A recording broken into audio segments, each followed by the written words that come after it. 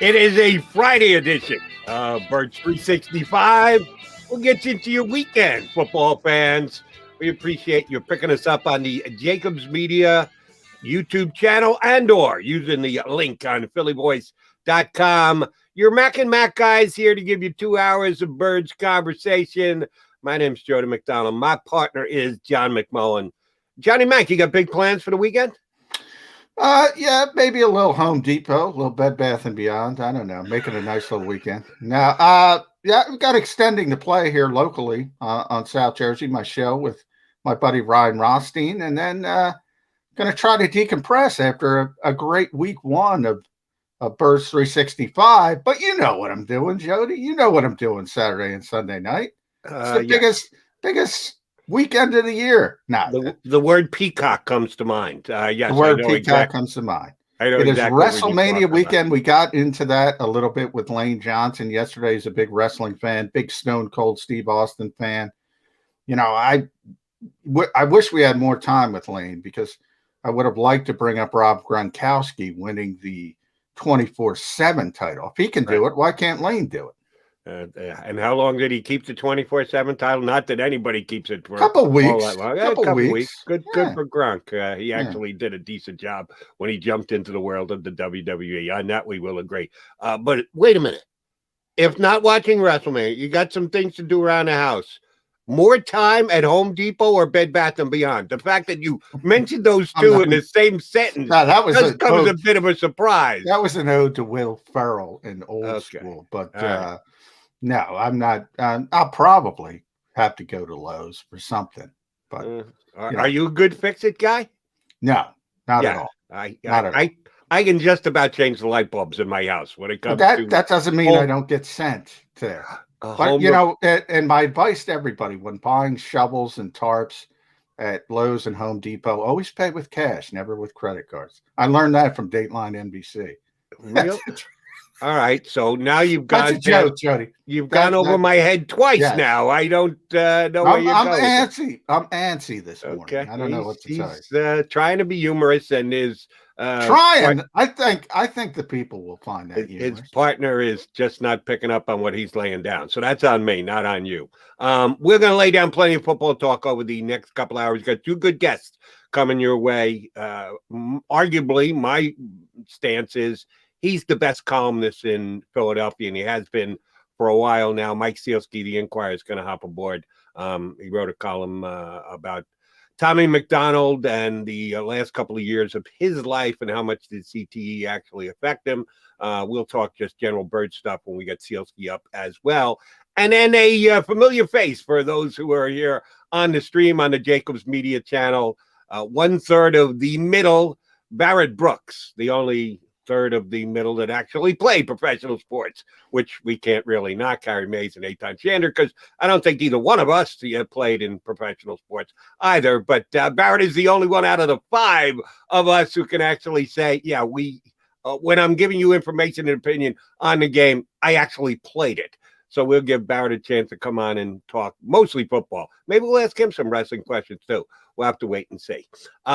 Yesterday on the show, toward the tail end of it, as a matter of fact, from Wednesday's show, it came down just as we were wrapping up Birds 365. Jim Schwartz' retirement did not last all that long. He is now back in the National Football League as a defensive advisor, consultant, whatever you want to label it as, for the Tennessee Titans. And little did I know that you had a column coming out about Jim Schwartz. After you and I exchanged opinions on him for about 5 or 10 minutes yesterday, I realized how big a fan you were. Then I read the column and I said, oh, yeah, he wasn't making it up when he was streaming with me. He is a huge fan. Schwartz was really good when he was here in Philadelphia. He wasn't Bud Carson. He wasn't Buddy Ryan. See, I think the disconnect there, Jody, I'm not, more than anything. I mean, I think, and you're a baseball guy, obviously. Your father was a GM for a long time. And I think, baseball analytics matter. I do think it's a very statistical game. I don't think they matter nearly as much in football as a whole. But when you start to compare statistics from different generations of football. They're completely meaningless. The game they play today is not even the same game that Bud Carson played. So one of the impressive things, I'm not criticizing Bud Carson at all. I think he was great. I think Jim Johnson was great. I think Buddy Ryan is a great defensive mind. I think Jim Schwartz belongs in those conversations. I think if you had, one of the funniest criticisms to me is the Super Bowl because the Eagles defense gave up a ton of yardage. Well, look at the other side of the football. Nobody's going to criticize Bill Belichick. You know better than anybody, Jody. That's one of the greatest defensive minds in the history of football. You also know games have personalities. Sometimes you're in a shootout. That's just the way it works. And the next week, think about the lead up to the Super Bowl. Think about what they did to the Atlanta Falcons defensively. Think about what they did to the Minnesota Vikings defensively. People forget that. It's amazing to me. Here's one thing I will remember about that Atlanta Falcon games.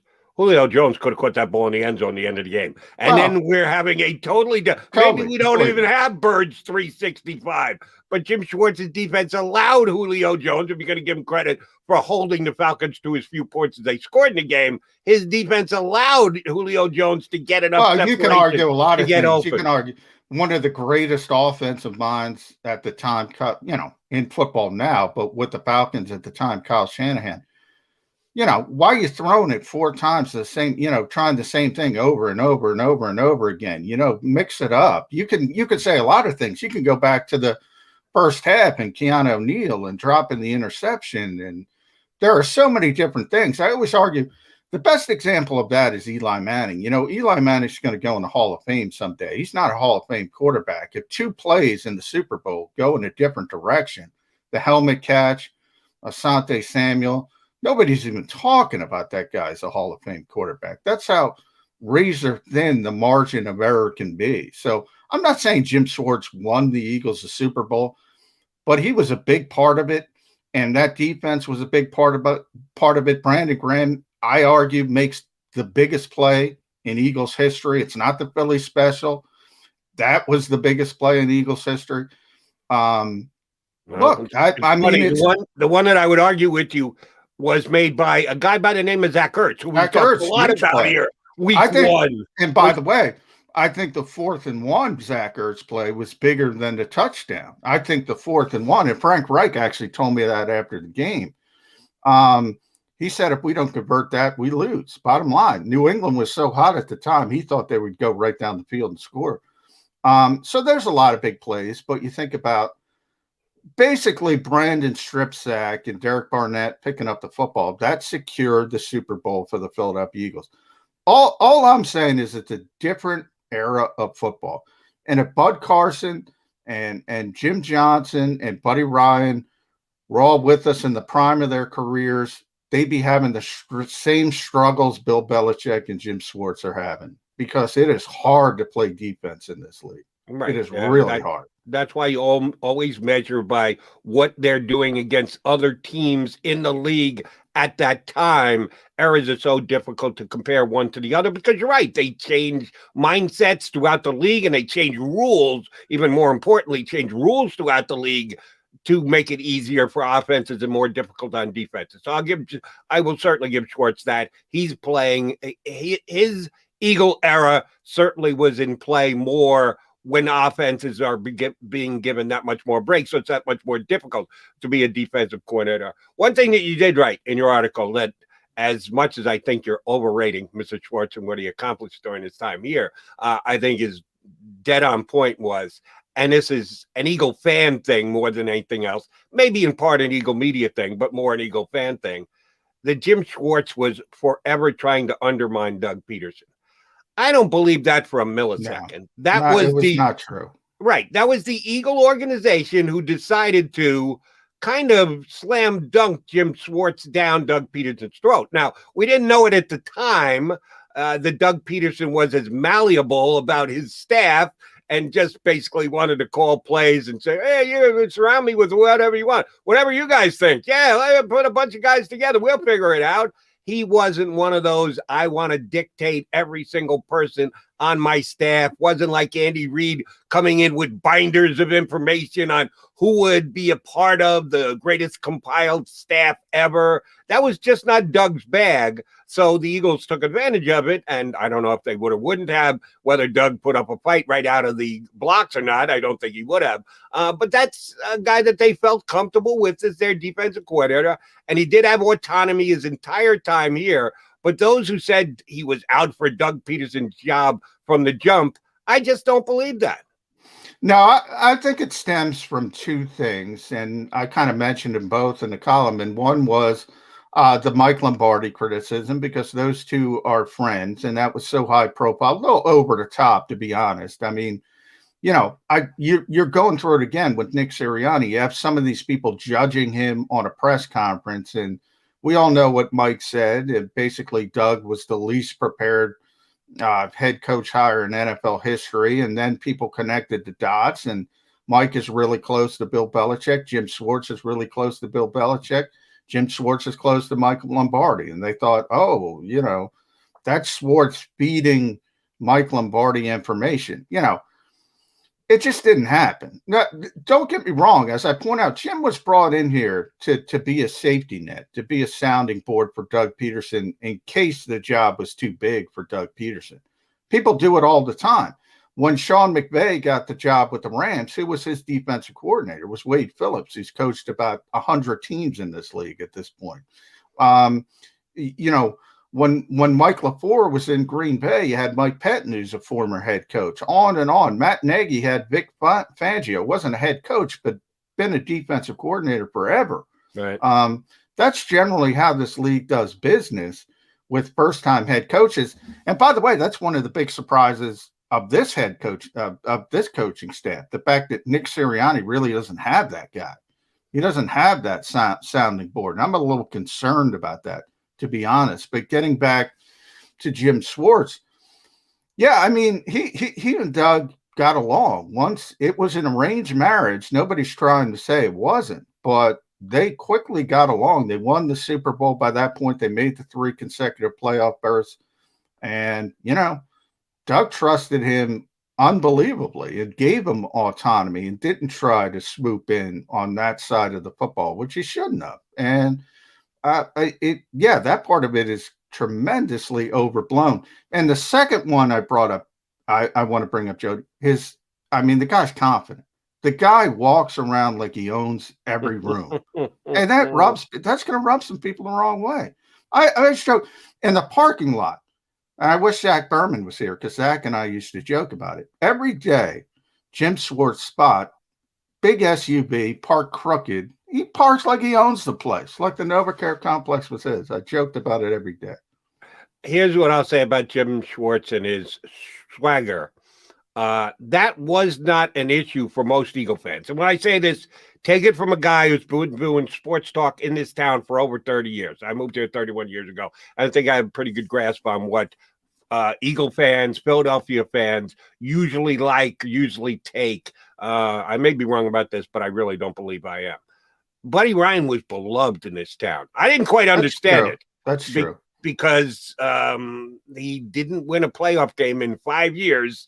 You think about the way that we judge teams now, you better get a playoff win in 5 years. But he never did. But yet he was beloved. Why? Because he had the defense that he had, and they played defense the way that they played. I'll get to that in a second. But Buddy was swagger personified. So you can be a swagger guy in Philadelphia and win the popular vote. That's not an issue. So Jim Schwartz could have. I don't think that some people just like, oh, he's a cocky SOB. No, I don't believe that. I think that Philadelphia fans like cocky SOBs if they deliver. Here's the issue, and we can agree or disagree on this. Schwartz played a style of defense. It was more or less a prevent defense. It was a sticks defense. We want to try and keep you from making big plays. I'm going to disagree with that. You do? Okay, tell me why. Well, and hopefully we'll get Jeff. I'm going to try to get Jeff McLean on soon. But Jeff did the numbers and crunched the numbers. First of all, the sticks defense worked. It worked almost 100% of the time they used it. That's number one. Number two, he used it very rarely. The one thing that I think was really a false narrative about Jim Schwartz is he did certain things and he never did other things. I think the perfect examples of that were all the injuries in the defensive backfield. When Avonte Maddox, as a rookie, moved back to free safety, nobody, forget about the fans, no, in the media, nobody knew it was coming. Nobody even thought that way. Like, well, maybe they had so many injuries. Maybe they'll move Avonte. I have still yet to meet the person that knew that was coming. Cre'Von LeBlanc moving to outside corner. Same thing. We're saying, who's going to play outside corner? Sidney Jones is hurt as usual. Rasul Douglas is slumping. They got to bring up this guy from the practice, blah, blah, blah. All of a sudden, Cre'Von LeBlanc is out there. This guy thought differently. And the best example of that is Malcolm Jenkins, because when Malcolm Jenkins was here, he played 7 different positions, Jody. He played every single position at times on the back 7 of that defense. I don't know another player in the league that did that. Not one. Well, not one. You're determining flexibility, which I'll give Schwartz credit for it. Yeah, I think he was open-minded. I don't think he was this, we will do it this way, my way or the highway. I think he was smart enough to know you need to have flexibility to be a successful defensive coordinator in the league. You're tying that to, well, no, he didn't just play prevent defense because he was flexible. No, here's what I would tie it to, and you and I may see this differently. The 2 things that Philadelphia fans love when it comes to defense is blood and guts, which is no longer possible anymore because no longer allowed. Right, the rules have changed, so that's out. Number 2 is getting the quarterback to the ground. Sacks. Yes, blitzing, the way that you get there would score points, send the house. I think Philadelphia guys, and Schwartz didn't do that, and that's fine. But if you don't blitz and you don't get sacks, then that's not acceptable. You must get sacks. Throughout his entire tenure here, they were a top 5 pass rushing team. They were a top 5 pass rushing efficacy team. Well, how are you defining pass rushing? Well, they were not a top 5 sack team. They were last year when they were bad. They were top 5. They were ringing up numbers. That was the only thing they could do well as this offense. The thing about Jim Schwartz is, from the blitzing perspective, yes, he prefers to get home with 4. Now, typically with Fletcher Cox, and by the way, every good defensive coordinator prefers to get home with 4. It's the easiest way to play defense because then you have so many people in coverage. When you have Fletcher Cox and Brandon Graham, Josh Sweat is playing well, and Derek Barnett, the Eagles got significant pressure on the quarterback. The interesting thing about Jim Schwartz is he doesn't blitz 5 a lot, so he doesn't bring the extra guy a lot. But what he did consistently is blitz 6 or 7 a lot, often at the top of the league. So when he did bring it, which admittedly was rare, he brought everybody. And look, I don't know where these narratives start. And that's why I go back to personality. That's why I do think it's a personality thing, because you can't look at this team and say they didn't get home compared to other teams. That's all you can do. We just talked about statistics, Jody. All you can do is compare yourself against your peers. Right. Against the years that you're playing. Yes. Right. The Philadelphia Eagles pass rush through the Jim Schwartz era was one of the best in the NFL. All right, I'd need to see those numbers. I don't have them at my fingertips. I don't believe they were top 5 in sacks during the Jim. Okay, I'm gonna look it up in our first break, but I'll get you the number. Please do that. And the other one that has always brought it home for Philadelphia fans: if sacks aren't number 1, turnovers are. Be they fumble recovery and/or picks. And Jim Schwartz's defense just never put that kind of pressure, either ability to get the ball out of there and/or DBs who can make plays on the ball, ball hawks and the like. They didn't turn other teams over. And that's what Philadelphia fans love, is a defense that will hand the ball to the offense with a real short field so the offense can score quickly and get the defense back out on the field, because we love our D here in Philadelphia. That wasn't a Jim Schwartz defense. Yeah, well, certainly they didn't turn the ball over. Jim said it every week. I mean, he said it was an issue. They didn't have playmakers on the back end. I don't think there's any question about that. They didn't turn the ball over. But I think, again, if you take the whole era together, this defense, was better than most defenses in the NFL. And I don't think they had better talent, especially on the back end. I think they had talent up front, but on the back end, I don't think they ever had a ton of talent. No, and you and I discussed this yesterday. I'll throw it out there one more time. I don't know a coordinator in the National Football League over the last 5 years during Schwartz's era here in Philadelphia that had more sway in putting pieces in place than he did here in Philadelphia. That I think he had Howie Roseman's ear. He dictated who they went after in free agency. I even think he had sway in the draft room on draft day. So if they didn't have enough talent, that partially was on Schwartz's plate. That he was the guy who was, I might come up short of using the phrase handpicked, but had a serious amount of say on what players were to be added to the Philadelphia Eagles. He inherited the group that he came in with, and I think most of them played to the level that they were at when they got here. I don't know that he blatantly improved anybody, but I don't know that anybody went backwards under him either. But I think he had a lot of say about the guys he had on his defense. So if you want to say he never had the talent, well, the reason they didn't have the talent I got a story. We got to get to our break and get to Mike Cielski, but I got a story after the break. But real quick, 1 sacks per game, 1 Pittsburgh Steelers, 2 Los Angeles Rams, 3 Philadelphia Eagles. For this past year or the 5 years? This past season. They were a little bit better at getting to the QB this year. I'll give you that, but I'm talking about the entire Schwartz era. He is John McMullen. I'm Jody McDonald. We'll take a quickie timeout.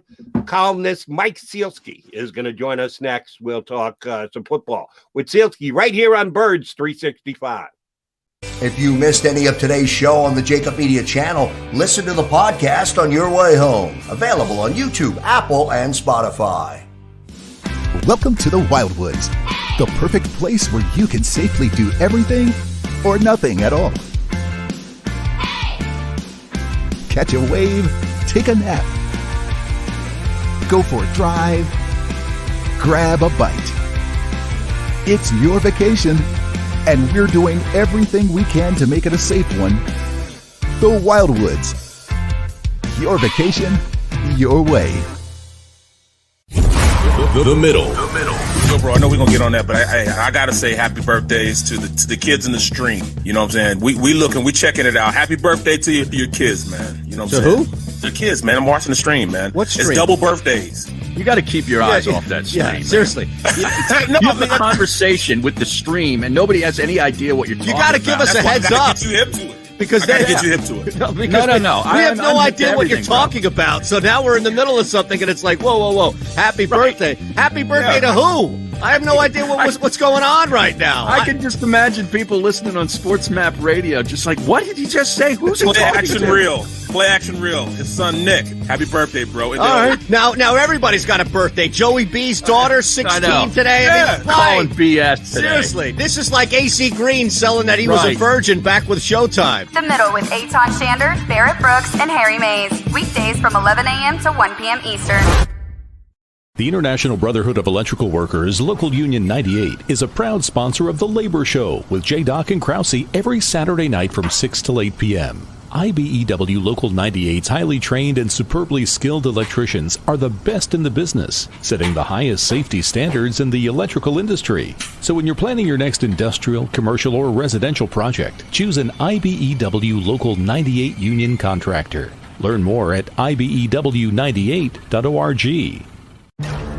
The future waits for no one, so we refuse to wait for it. We're not just pilots and engineers. We are pioneers. Today, battles are waged in nanoseconds, and planes are piloted from the other side of the world. We turn night into day and fly missions in space. The future's not coming. It's already here. This is the future. Join us and be the future. Jody Mack, the legendary sports talker, joins forces with NFL insider John McMullen. Start your morning with Johnny Mack and Jody Mack across the JAKIB Media Network.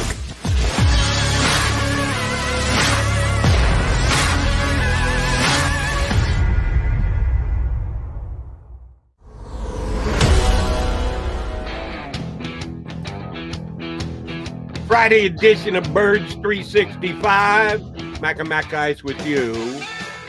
Here to spend a couple minutes with us as lead columnist for the Inquirer, our buddy Mike Cielski, who knows full well we brought him on to talk football. But before we do, I got to ask you, how's the Kobe Bryant book coming, Mike? First of all, great to be with you guys. Thanks for having me on. It is in production. The manuscript is finished, so it's getting transformed into the book that's going to come out in January. So it's getting a legal read to make sure that I will not get sued by anyone. And then, we're picking out photos and cover art and all that stuff. So we're in good shape, Jody. Thanks for asking. You got it. Looking forward to it, Mike. And I also want to say, before we get to the nuts and bolts of the Eagles, but Mike has got my favorite or second favorite Twitter stick going with his My Column thing with no link, and everybody still falls for it. Mike McCartney, the agent, is my other favorite. He's the guy who got, Kirk Cousins more money than Bill Gates. But everybody thinks Mike McCartney is Mike McCarthy, the coach of the Cowboys, former coach of the Packers. He plays into that. Mike does a phenomenal job with his My Column. So I want to give you a hat tip for that as well. Well, I appreciate that, John, but I've actually dialed back on that a little bit. Yeah, I know. I had a Flyers player call me a weasel, and I figured that it was good to dial back the sarcasm just a tad so that I think you should have doubled down. Yeah. I don't need that kind of headaches, man. Twitter ends up stressing me out more than I want it to when I start doing stuff like that. All right, we'll try and stretch you out without Twitter. How about we go there? Sounds good. I know you wrote the column just recently about Tommy McDonald and his last years in life and CTE and what he was dealing with and like. What motivated you to do it at this time? Was there something specifically that came up either in your life, in our society, that you thought this was a good time? Because we're a good couple of years removed from Tommy's passing. God bless his soul. What made you write the column at this time? Well, last week, my colleague Frank Fitzpatrick revealed the news that Tommy had suffered CTE, and not only just CTE, but stage 4, the highest, worst level of it. And once I read that story, I keep my eye out for head injury related stories, head trauma related stories to football in the NFL. It's just a topic that interests me. And I obviously know how popular Tommy was and is still in the Philadelphia area and to Eagles fans. And I, of course, knew about the connection he had to Ray Dittinger, who I think we would all acknowledge is kind of regarded as the oracle of Eagles football in the market. Ray had written the play, Tommy and Me, about him. And I wanted to kind of explore that topic through Ray's eyes in a way, because I knew how much Tommy meant to Ray, how close they were. And I know how much Ray loves football. He loves it in the way you love it and I love it. And this is a subject that I grapple with every Sunday during a football season. I can't get it out of my head. I watch these games and I see how big and fast and strong these players are. And as much as I love the NFL, and I love the sport itself. I love the courage it takes to play it. I love the technical aspects of it. I love talking to the guys. I love being there at Lincoln Financial Field on a Sunday. It's like the town hall meeting of Philadelphia sports media.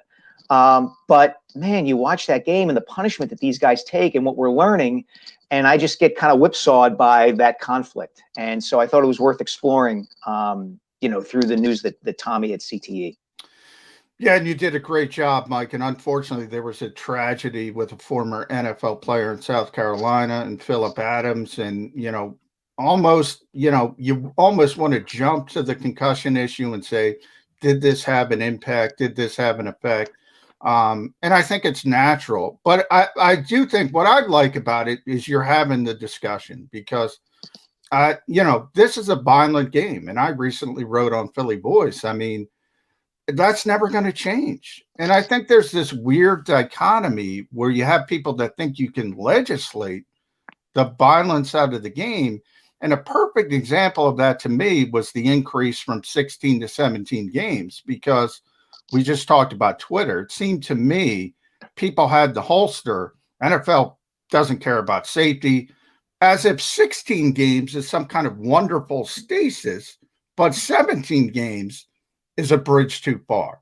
So I commend you on the lack of hypocrisy in having this difficult conversation. Well, I appreciate that, John. And yeah, I pointed that out in the piece that Tommy McDonald never played more than 14 games in any regular season that he was in back in the 60s. And still he was dealing with CTE at the end of his life. And one of the distinctions I think we have to draw is that, players of Tommy's generation and before it certainly, and even a little bit after it, didn't have the information and research available to them that players of the present day do. I've had this conversation with guys like Zach Ertz and Malcolm Jenkins and other players over the years, where they say the thing that frustrates them about this issue vis-a-vis the NFL is the NFL's kind of, as you said, John, kind of wanting to paper over this. Oh, well, going from 16 to 17 game bad, or, oh, the number of concussions is down, et cetera, et cetera. The guys know the risks. And what they want is they want up-to-date, comprehensive information, accurate information made available to them. And then they say, we're men, we're adults. We'll make our own decisions about whether we want to play, whether we don't want to play, whether we want to take the risk or not. Just don't lie to us about what could happen to us. And so there's a distinction there that I think allows all of us, kind of gives us an out to say, okay, well, I can watch football for this reason. The guys nowadays know what they're putting on the line. The question then becomes, all right, well, what's happening to them now that we don't know about? 10 years ago, 15 years ago, nobody knew what CTE was. Is there a next iteration of head trauma that we're going to find out in the future that is causing even more damage to these guys? I don't know. And again, that gets back to what we mentioned earlier about that kind of conflict we're all feeling. Mike, I don't know if you can answer this question, but I'll ask it of you anyway. And if you can't answer, just say you don't know, you haven't been able to find out.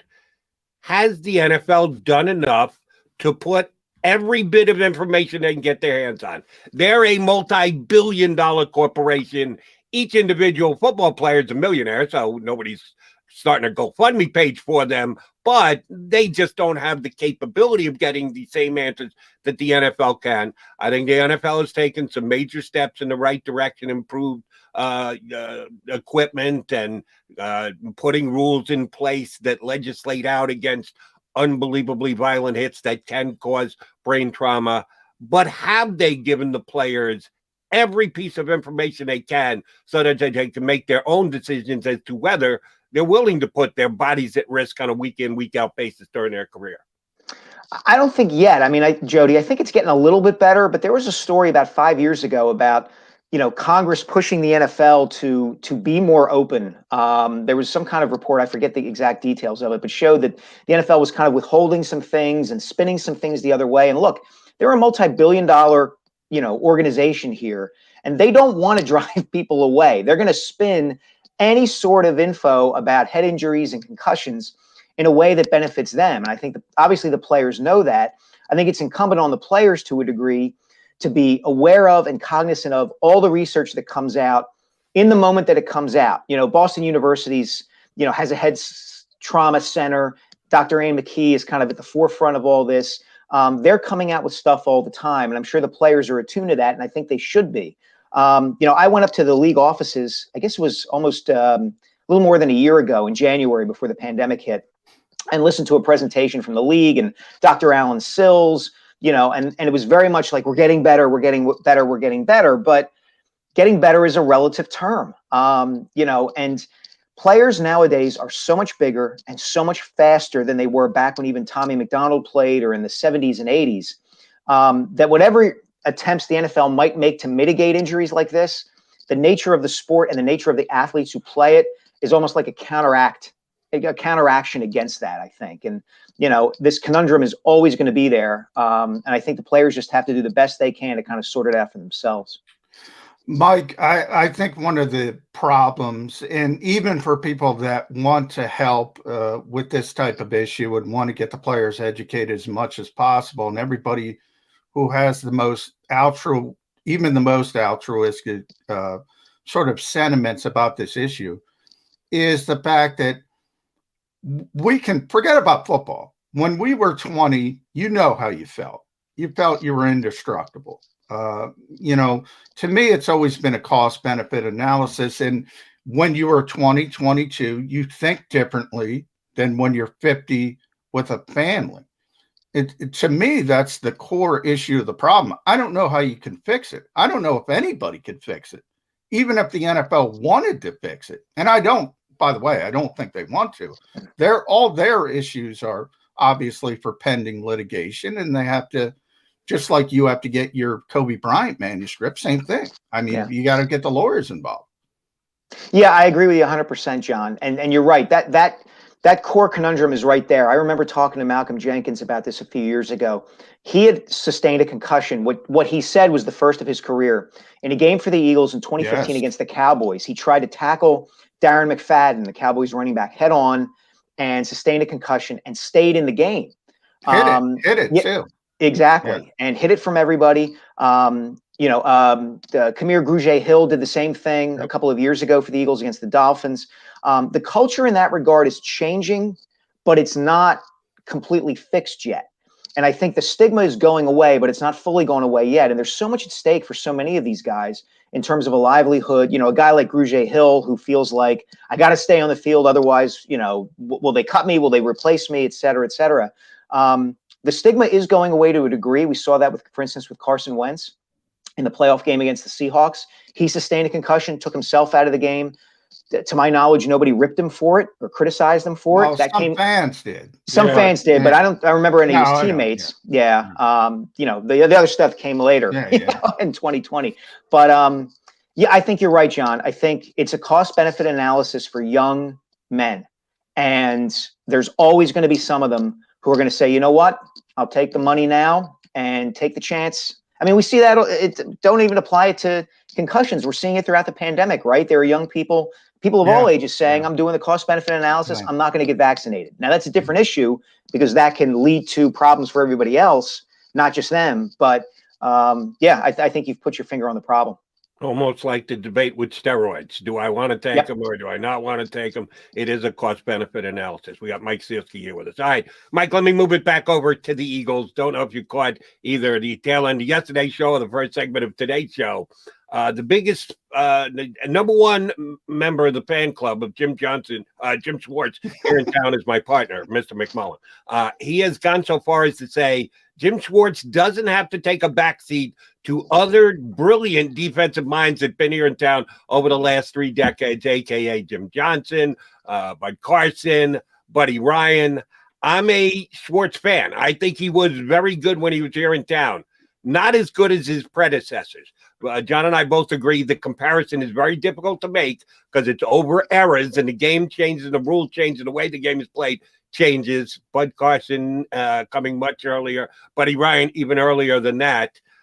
What was your take on the Jim Schwartz defensive era when he was here in Philadelphia? Where exactly does he fall on the pantheon of defensive control men here in Philadelphia over the last several decades? Well, first of all, John's a big Jim Schwartz fan because John's a gigantic Baltimore Orioles fan. And every time Jim had an analogy to make, every time Jim had an analogy to make, he would call up Jim Palmer or Mike Flanagan or Eddie Murray or Cal Ripken or something like that to try to make the point. I guess that's his Georgetown, Maryland, D.C. background.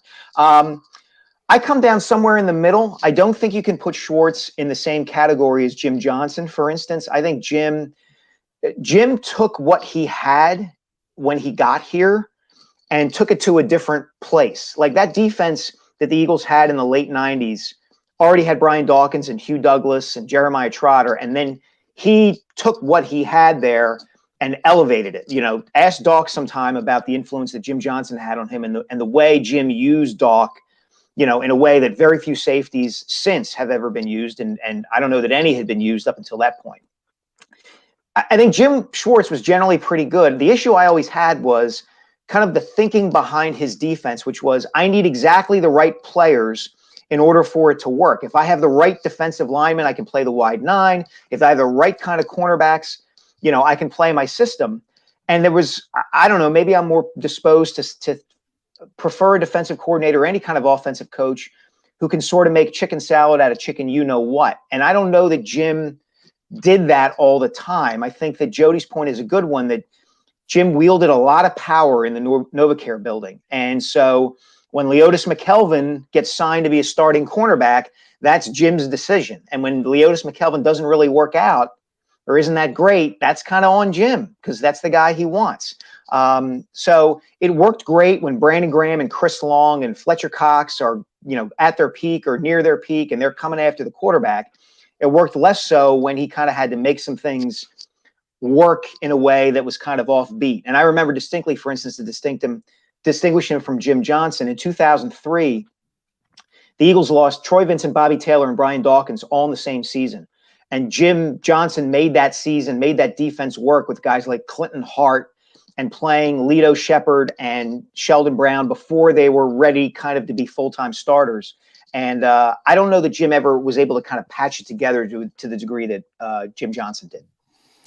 Yeah, and by the way, Mike, just to clarify things, I think Jim Johnson was great, but I do think it was a Stop ripping Jim Johnson, John. Yeah, exactly. So Jody's trying to take me down that road, but I just think it's a different game. And obviously, I go back to the Super Bowl season. I think people forget. And I mentioned games have personalities. And if you look at the other side, Bill Belichick, I think everybody would agree, one of the greatest defensive minds in NFL history. He's given up 500 yards too. It was that kind of game. It was a shootout. I think people forget in the NFC Championship game, who had the number one defense in the NFL coming into that game was the Minnesota Vikings. They got boat raced by Nick Foles. That's what the NFL, the modern NFL is. And as I said, Jim had this, as you know, arrogance about him, Mike, a little bit of a swagger, but he was a bottom line guy. And he's the only guy who got to the bottom line. Yeah, Jim Johnson didn't, Buddy didn't, Bud didn't. Jim Schwartz did. It's interesting, John. You're right about the NFL nowadays. It's all about points. And I wrote a column a few weeks ago, maybe a month ago, heading into the offseason, I think it was before the Eagles hired Nick Sirianni, that I wonder if a smart team wouldn't go the other way, which is to say that if the entire league is about trying to score points. I agree with you, Bud. I know where you're going. If the whole point of like winning in sports is like exploiting stagnant systems and finding the place where if everybody's zigging, you zag, zag toward defense, right? Like, if the NBA were to increase the size of the basket to the point where anybody could make a 3-point shot, the advantage a team would gain wouldn't be in, signing a bunch of guys like Steph Curry, because it would be easier for anybody to make a 3-point shot. So the value of a Steph Curry is lowered. So the value would be in stopping teams from actually shooting the three, stealing the ball. So you go get smaller, quicker players and take the ball away. Same rule applies to the NFL. Like, it's so easy to score nowadays. Why not invest in a defense? We saw what the Washington football team did with the three of us and one other guy basically playing quarterback for them this year. They won 7 games and made the playoffs because their defense was so good. So, I think there's a broader discussion to be had there. And I think you're right. Within the confines of the modern NFL, Jim Schwartz was pretty good. Was he great? I'm not sure he was great, but he was pretty good. Real quick before Jody jumps back in, just as a follow-up to that, I think Bill Belichick is trying that. And I think you're right, the zig, the zag, if 32 teams are doing the exact same thing, it comes down to who does it best. Whereas if you throw if you're the only one trying to do it this way, you might not even have to be that good at it. You could succeed. Yeah. We could go off on a tangent for an hour on how you win in the National Football League. I disagree with both of you. Balance wins. Balance wins now. Balance won 10 years ago. Balance won 35 years ago. You got to have both, and you got to be able to strike a balance, and that's how you end up winning. Talk to Nick Saban, Mr. Miyagi. You're going to lose. You try and just build the defense, you're going to lose. It always is about balance, but that's my thought. We had Lane Johnson on yesterday, Mike, and I want to get your take on this. I specifically asked him about Zach Ertz.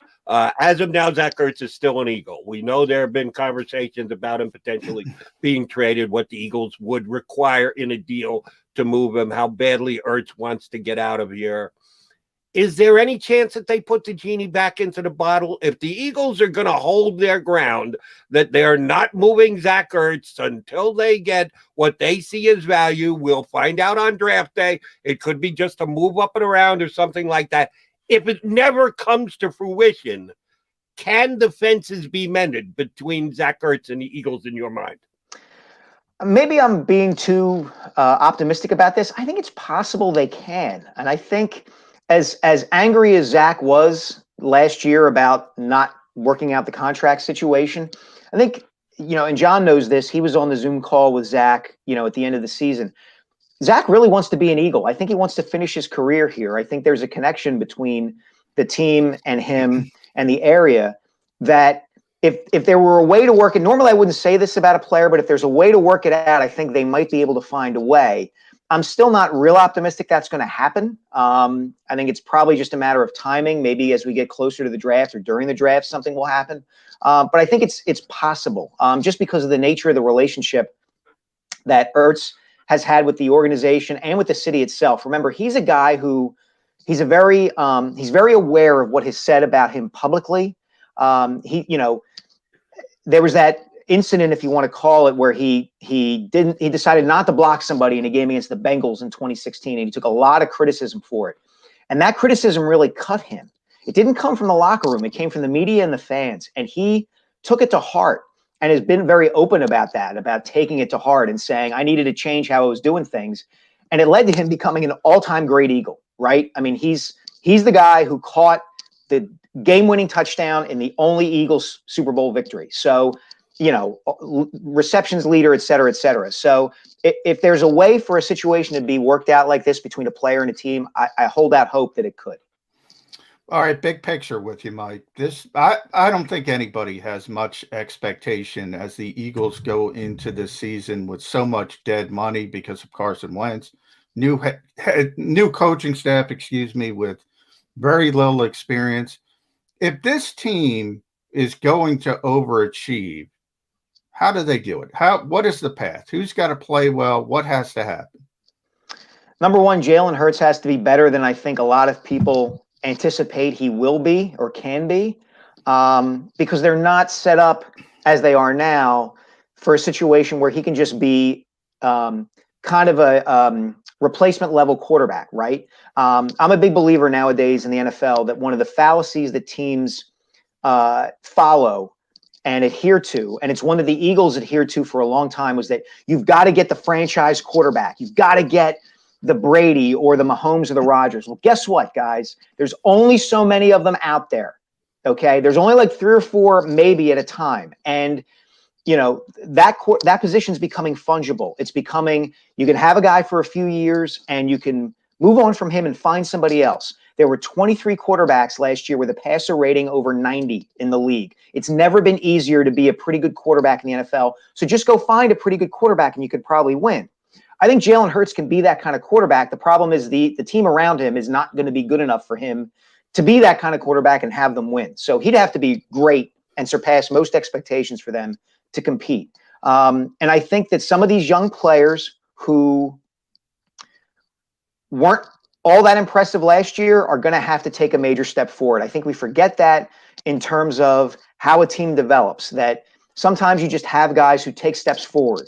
Nobody saw Nelson Aguilar going from 2016 Nelly, who got benched, to 2017 Nelly, who had more catches than anybody else in the Super Bowl. Nobody saw him making that jump. And it's going to take guys like Travis Fulgham and Jalen Reagor making that kind of jump. Alex Singleton, is he really as good as he seemed to be last season? Because you can't really count on draft picks coming in and making a huge impact. So I have them as like a 5-6 win team, partially because of the nature of their division, which we know isn't very good. So we'll see. I mean, I'm holding out hope. I think that Sirianni, I don't want to condemn Sirianni one way or another. We don't know anything about him. You can't tell much from his press conferences. That's a bad way to judge a coach. But just looking at what they have, I think they're a 5 or 6 win team. I think your list is good of what needs to happen. I just add to it, if Brandon Brooks and Lane Johnson stay healthy, which I know it's basically a leap of faith these days, because both of these guys seem to get hurt all the time. If they both stay healthy, I think the Eagles should be better, because that side of the line will be back up to snuff to the level that we're used to. Last one for me, Mike, and you'll get that this is a little pet peeve of mine. In the upcoming draft, what round is it acceptable for the Eagles to take a quarterback that Jalen Hurts won't get butthurt about the same way that Carson Wentz did last year when they used the 2nd round pick on Jalen Hurts? First of all, I endorse the use of butt hurt in any context, in any sort of media, whether it's talk radio or one of my columns. I think probably the third round, although it would not surprise me if they took one in the second, right? I mean, it's a deep quarterback class. It would not be totally surprising if there were a quarterback who came out in a later round who turned out to be better than all the guys we're presuming, with the exception of maybe Trevor Lawrence. Everybody seems to agree he's going to be awesome, or at least a very competent NFL quarterback. Whether it's Kyle Trask or somebody like that who comes out who's not a first-round pick, who turns out to be better than everybody who was taken in the first 10 picks. For the Eagles situation, I think probably third round would be as high as you could go. All right, Mike, last one from me real quick. I want to sneak this in because you said butthurt. Jody said butthurt. Flyers fans are butthurt over you. But, Eagles fans, they don't like Howie Roseman. So with the cards he's been dealt, and obviously he was part of that deck being dealt, but how do you think he's done as far as maneuvering? Eric Wilson, Anthony Harris seem to be pretty good clearance aisle signings. Overall, how do you think Howie's performed this offseason? I mean, it's hard to get around the fact that he had to trade the franchise quarterback, and we could litigate why he had to do that and the blame for it, from now until Monday morning.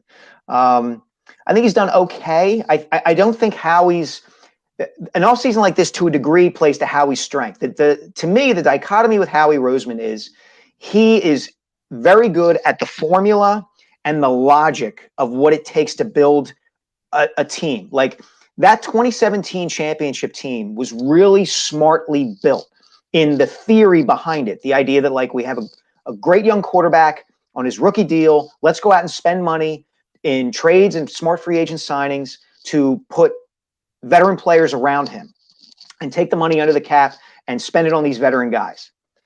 The issue with Howie is that, like the trade he made, for instance, to move back to 12, in theory, that's not a bad trade. The problem is that then the push comes to shove of actually having to pick the players. And we know that the failing has been there, over time. So he's done fine. It hasn't been great. It hasn't been awful, but the proof will be in the draft pudding. And that's why everybody's skeptical about, what's ahead for this team. Mike Cielski, always great whenever we get to catch up with you. We appreciate you coming on. Glad to hear the book is coming along. January is when it's expected. January of 2022. Yep. Very, very much looking forward to it. Mike, thanks, bud. We'll have you on plenty between now and then. Have a great weekend. Anytime, guys. I enjoyed it. Thanks. Mike Cielski, the Inquirer, here with us on Birds 365. All right, quick time out, and then we'll come back. Next hour, we have an actual former professional athlete joining us. Oh, he's kind of a Jacob's media guy. Barrett Brooks will get to stretch his legs and talk some birds, maybe more so than he does with his voice in the middle. Barrett will join us next hour. We'll come right back here, Mac and Mac on Birds 365. If you missed any of today's show on the JAKIB Media channel, listen to the podcast on your way home. Available on YouTube, Apple, and Spotify. The International Brotherhood of Electrical Workers, Local Union 98, is a proud sponsor of The Labor Show with J. Doc and Krause every Saturday night from 6 to 8 p.m. IBEW Local 98's highly trained and superbly skilled electricians are the best in the business, setting the highest safety standards in the electrical industry. So when you're planning your next industrial, commercial, or residential project, choose an IBEW Local 98 union contractor. Learn more at IBEW98.org. Welcome to the Wildwoods, the perfect place where you can safely do everything or nothing at all.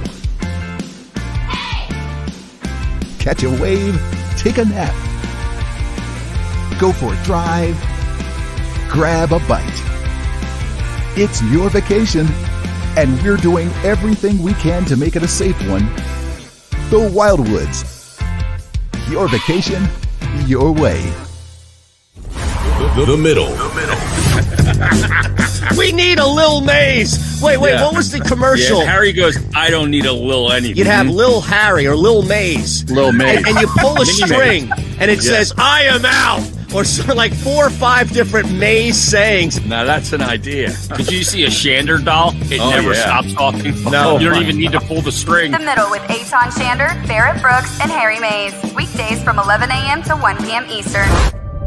The light from a star can take millions of years to reach Earth. So when you look at a star, you're looking back in time. But I see the future. I see exploration and courage. I see my country finding new horizons out there. And I see giant leaps making a comeback. I see myself. The future is where I'll make history.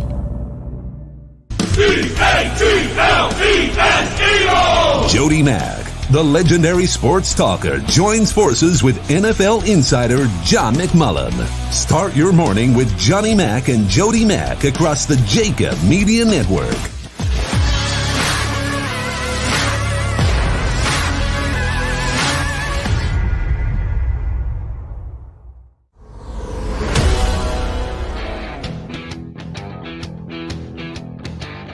A Friday, week 1, day 5 edition of Birds 365. We hope you're enjoying it. We got 4 and change shows under our belts. We'll see if we can keep this thing going for a while. It's the Mac and Mac guys. John McMullen, Jody McDonald here with you. We've still got an hour and change left to chop up Eagles conversation for you, including getting our own Barrett Brooks to join us next hour. And J-Mac, while Barrett likes to discuss certain things that he picks up on the stream of the show on the middle, I'm going to give a shout out to someone who streamed us within the last couple of minutes because it does lend itself to a question I want to bring to the table for you. And you and I probably have discussed it, but if I forget exactly how you described it, I apologize, but I want to get you back on the record for it. Theodore Nicholas did send this in, and it was about the conversation we're having with Sielski about the Eagles and where they're at. And can they be better than the 2020 version? Can there be optimism about improvement? How would it go about? It's a bad year. We're not that far removed from 2017, and you keep that in perspective when you judge any year going forward. The Eagles have never returned to that perch of what they were and what they did in 2017. And when you judge what they did in 2017, to be true to it, you need to judge what happened before it and what has now since been happening after. How do you describe 2017? Our guy, Theodore Nicholas, said 2017 was an anomaly. I've heard people use the word it was fraudulent, which annoys the snot out of me. It surely wasn't fraudulent. No, wasn't fraudulent. But it was kind of standalone in that you look what it was before and what has transpired after. I think we need to very carefully pick and choose our words to be able to put 2017 in its proper perspective. How would you do so? Well, I think it's fair to call it an anomaly. I mean, just from the perception that there's, the Super Bowl era is pretty big now, and the Eagles got one of them. So it doesn't happen often. You got to go back to 1960 to find a championship before Super Bowl 52. So that part of it is true. It's difficult to win and be the last team standing in this league. The Patriots are the other side of the anomaly. They're an anomaly.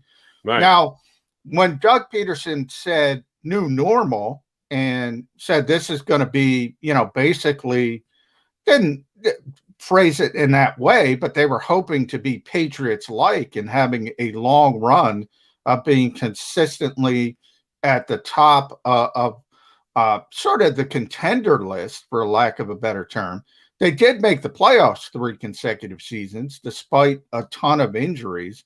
I think overall it was a success. And I've said from day one, look, Doug Peterson should have been given the benefit of the doubt. If he comes back this season, this upcoming season, and has another 4-win season, then you want to move on. I'm okay with that. But 3 calendar years, less than 3 calendar years after Super Bowl 52, you're going to move on from the head coach. I've been consistent. I point my finger at the owner. The owner has gotten into the scapegoating business. And it started before this offseason. Goes all the way back to Mike Rowe, who was another guy who I liked that was not popular with the fan base. And I like Mike personally, and I'm very upfront about that. But bottom line to me, Jody, is Doug Peterson wanted to keep him. Doug Peterson won the Super Bowl. Doug Peterson should have been given that autonomy to keep his offensive coordinator. We saw he wasn't the problem. The offense didn't get magically better without Mike Rowe. There were issues, and you got to get better. But I think the scapegoating has hurt the Eagles. Hopefully that stops with the new coaching staff. Hopefully they'll have a bit of a leash with Jeffrey Lurie, and they can start building back up. But, yeah, I think it's fair to call it an anomaly. And, hey, it's a good anomaly. Not a bad word. As I said, there have been many people that have tried to describe since 2017 on, even before 2017, the one that I've gravitated to. And tell me if you agree with this one or if it's on point or it doesn't correctly describe what has happened here in this town on a football level over the last several years. 2017 was lightning in a bottle. They weren't that good before. They haven't been that good since. They didn't drop off the face of the earth. It wasn't just luck. But I think lightning in a bottle goes a long way in describing what the Eagles football team accomplished in 2017. Agree or disagree? No, I agree with that. And I think the best example of that is those veteran free agent signings. I mean, when you talk about 1 year prove it deals like the Eagles have with Anthony Harrison, Eric Wilson, now you go back to that 2017 team, the Chris Longs of the world, the Patrick Robinsons of the world, the LeGarrette Blunts of even Corey Graham later in the process. They all hit. That never happens. And, Patrick Robinson, we all thought he was going to get cut in training camp. He was playing outside corner. He looked like a disaster. He himself was so depressed one day after camp when getting beat like a drum. He acted like he was going to walk away from the game. All of a sudden, Jim Schwartz, the guy you guys hate, moves him inside the nickelback, and he's the best slot corner in football. It was, lightning in a bottle. I agree. That was a shot. I'm sorry, Joe. On the record, no hate here. Just not undying love, as my partner has shown for Jim Schwartz. So we're a little bit. I'm just having some fun. Okay, good. Speaking of Eric Wilson, the linebacker that they signed yesterday, this is one thing I do want to bring up with Barrett. We got Barrett early, real quick. We'll get him up here shortly. One thing that does scare me might be a little bit of a too much phrase, but I have concerns about, or I need answers on, about this upcoming Philadelphia Eagles team this year. And yes, there are things that are going to change, but they absolutely won't change with anything that happens player personnel change-wise between now and the first game of the season. I don't know who's going to be the leader of the defense. We don't know anything about their new defensive coordinator, and Gannon may be great. He may surpass Jim Schwartz, not in the mind of my partner, but he could be the next great defensive mind in the National Football League. But what he's going to be more than anything else this year is a newbie in this town, in this position. So we're going to judge him as soon as he hits the ground running with this defense. But we don't know if he's going to be great at it or okay at it or pretty good at it. That will be a decision that we'll all make over time. We do know the players. Most of the players are returning players. There are some new players coming in. There will be additions via the draft. But for the question I'm going to ask, that probably isn't going to play, because I don't think that they're going to take a major person who can fill that void in the first round or second or third. Who's going to be the leader of this defense this year? I think it's very difficult for a defensive lineman to be the leader of a defense. It just doesn't play itself that way. I think Brandon Graham has got the accomplishments. I think he's got the personality. I think he's got the gravitas to be that, but he's a defensive lineman. I think Fletcher Cox has the abilities to be that. I'm not sure about the personality. I don't think Fletcher's a rah-rah, get in your face kind of guy, but he certainly, with his experience and with his production, he could be that. But they're both defensive linemen. Usually your defensive leader comes from one of two groups, either your linebackers and or your secondary, and usually not cornerbacks because they're out there on an island and they stay out there on an island and they're not the ones who are going to be calling defensive signals. Who's going to be the guy who's going to take the reins of defensive leader, huddle leader on the field for this football team this year? And can a first-year guy like Wilson, who you told us yesterday, there are certain parts of his game that are phenomenal and other parts of his game that may be lacking a little bit, but he is a 3-down linebacker. He's the kind of guy who will stay on the field a lot. Is he a potential guy to be the signal caller for this defense? If not, who do you think is going to be the defensive leader of this team this year? Yes, it stands now. I mean, if they had to play a game tomorrow, I think Eric Wilson would wear the green dot. He did it in Minnesota when Anthony Barr got hurt. He took over that role, and I think he would be the guy. I think Anthony Harris, too, on the back end, would take on the role Rodney McLeod kind of had until Rodney gets back from a torn ACL. I would say the secondary leader is Rodney McLeod because he's been here and he's a veteran guy, and he had that role last year. But Anthony Harris is that type of player as well. Now, in Minnesota, they had Harrison Smith, who's sort of like their Malcolm Jenkins, so he had a bigger presence. But I do think if you look at Jonathan Gannon's history and where he was with Indianapolis, and you had Darius Leonard, Minnesota, you had, as I mentioned, Anthony Barr, Harrison Smith, all those talented players, he'd probably lean on Eric Wilson. Now, if they're going to take Micah Parsons at number 12 overall and turn him into the next Devin White, as I said, maybe it's got to be him and he's got to hit the ground running. But as we're constructed now, it's got to be Eric Wilson. Is that too much to ask of someone who's coming in new? And, oh, by the way, and we like to try and separate football from contracts and salaries and the like, but you just can't do it in the National Football League these days because it's a cap world. The Eagles made a commitment of all of 1 year and under $3.5 million to him. I'm sure he's happy about being an Eagle because if he wasn't, he wouldn't have signed a contract. He wouldn't have dedicated himself for the upcoming year to wearing the green. But they didn't lavish him with a multi-year commitment and tell him that he's going to be here for seasons, as in plural, and going to be a big part of their defense. They told him, we're going to bring you in. You're going to start next year. Is that too much to ask of a guy that you've made a marginal commitment to come in and take charge of the defense? I don't think it's too much to ask for one reason. Remember, Eric Wilson has more experience with Jonathan Gannon and Nick Rollis, his linebackers coach, than anybody else on this team. So he's actually the one who's a step ahead probably in what they want to accomplish because he's been in a similar system. Now, I'm sure they'll tweak things, but in a lot of ways, he's got the leg up on the other guys, even though he just got here. Secondly, you're right. I mean, this is not a long-term answer. But for what they have right now, and you project Eric Wilson, Alex Singleton in advance of the draft as the 2-3 down linebackers, he's got to be the guy with the green dot. I don't see any other way to go. And that will be interesting when you turn it over to a new guy. There is a changeover, but this whole Eagles season is about changeover because we got an all-new coaching staff, and there's some pretty good and significant player personnel changes with this team. And between you and I, John, and I think you and I have discussed this before, probably on WIP,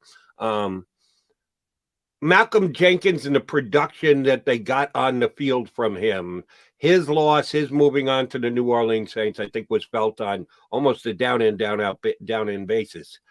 But maybe even more so was the fact that they lost his defensive leadership.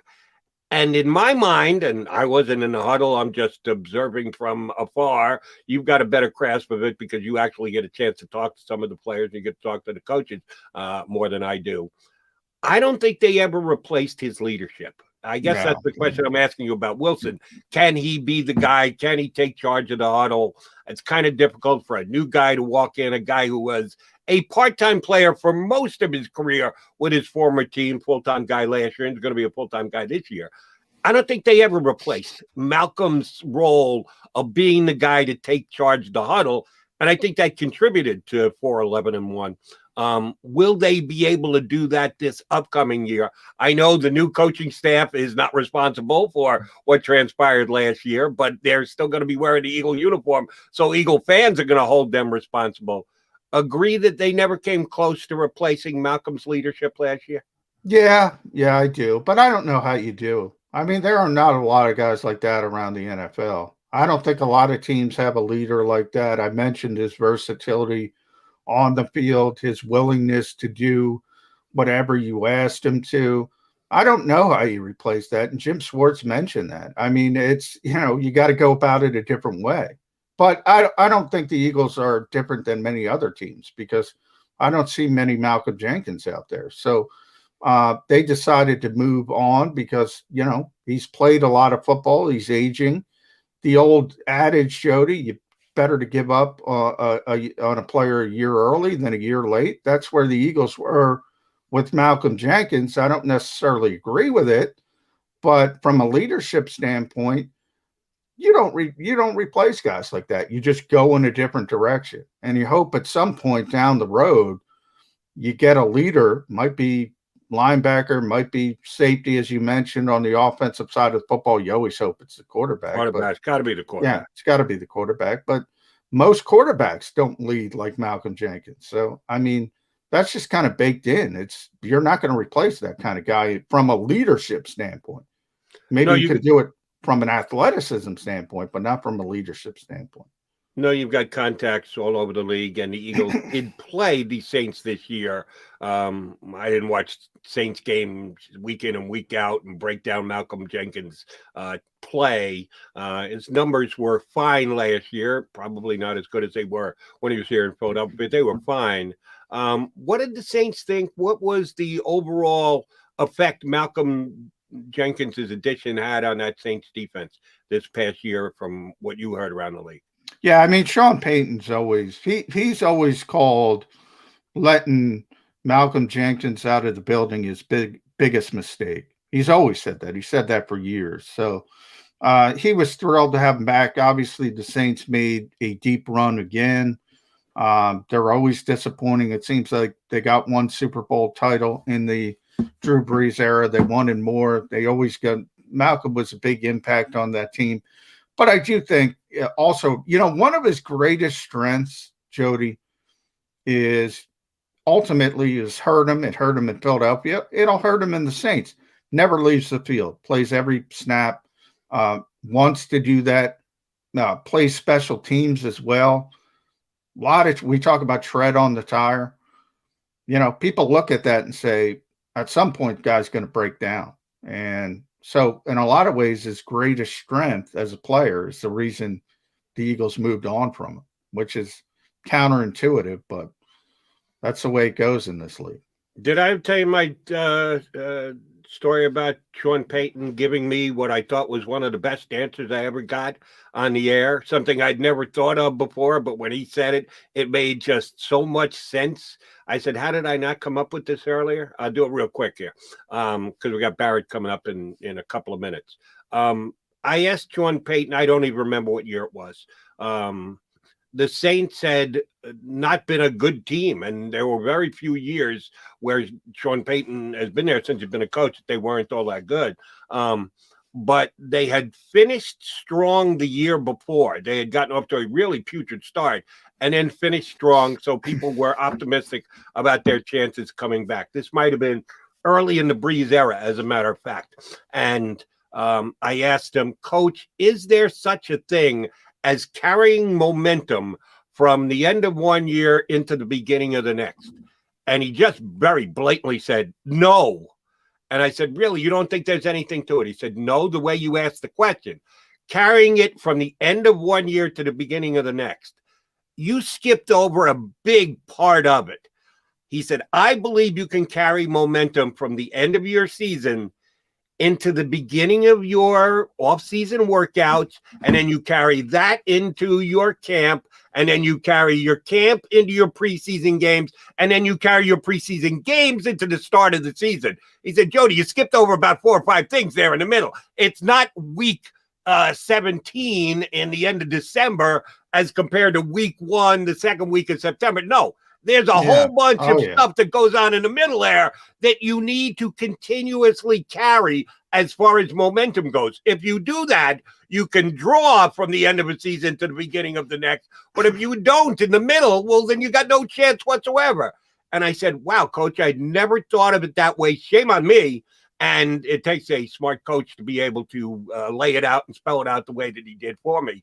That's why I've always been a fan of his. His record is a good reason to be a fan of his too. But the fact that he gave me that and he took his time to explain it to me the way he was thinking, I always appreciated him for that.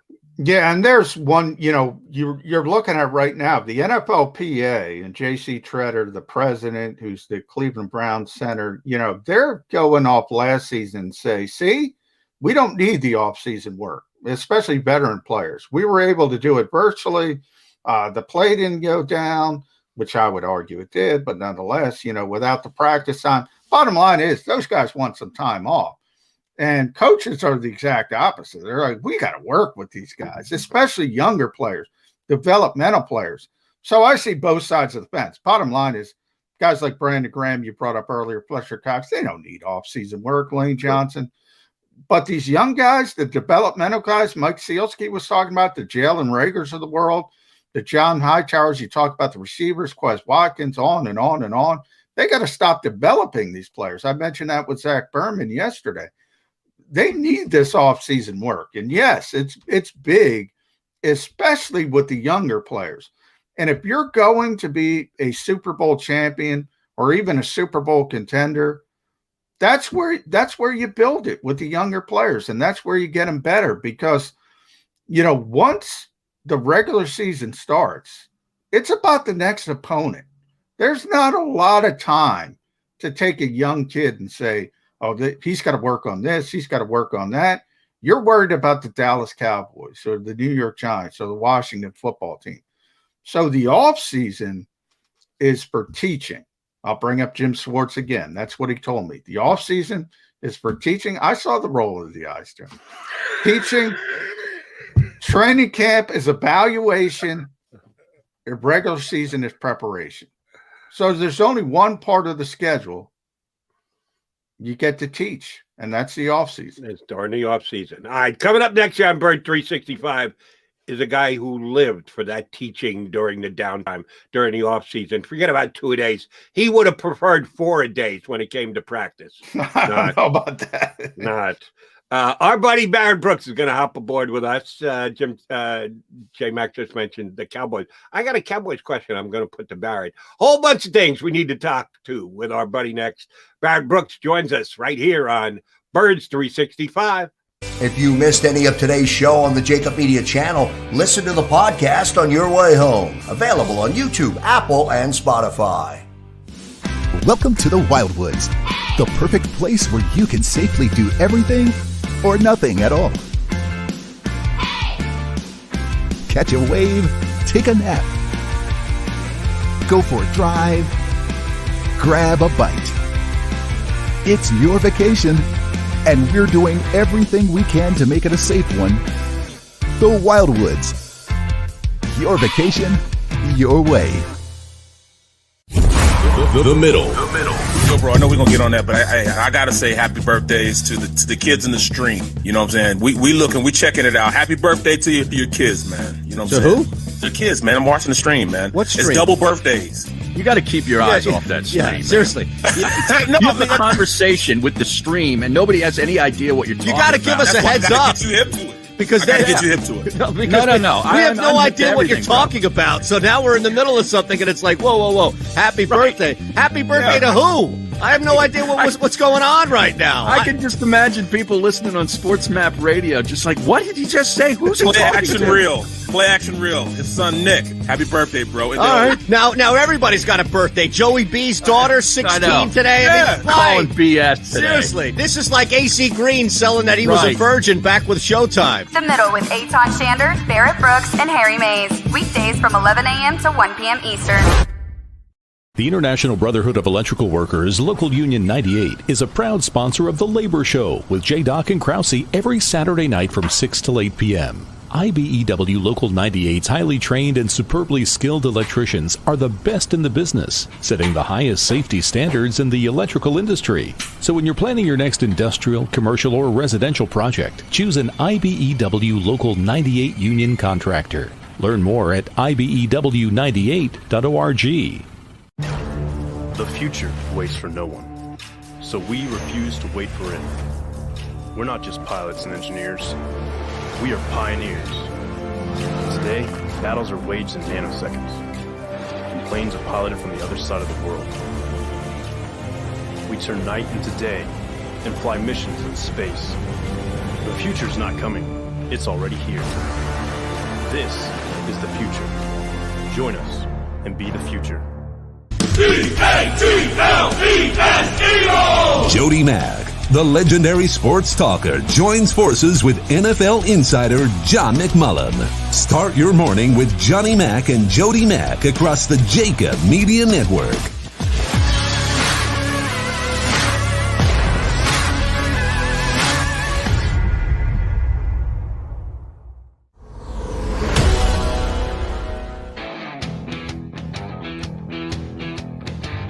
What's up, fellas? Hey, Friday edition of Birds 365. Look at that happy guy. Yes. Yeah, we haven't even introduced him yet, and he's already he jumps the gun on the stream. So why shouldn't he jump the gun on us, too? Joining us here on Birds 365 is our guy, Barrett Brooks. Where did you get that hat? You guys, I saw you guys with the hats on when I was watching your show. So let me put the hat on. Then I look on the show today when I was sitting in the. We switched it up waiting. on you, man. Right. So I was like, you know what? I'm going to take it off, but. Now, is that a Kangol or just a regular beret? What kind of hat was that? Oh, this is a regular, just a regular. Okay, just a regular hat. Yeah. I had my hat on. I took the hat off because they're a little tight on my head, but you got to go for comfort and things like this. Hey, how comfortable are you? I like the, what do you got, the camo on there? Yeah, just a camo sweatshirt on, the hoodie. That's pretty cool. Yeah, man. Yeah, ex-football players can actually dress nice. I didn't know that was a possibility.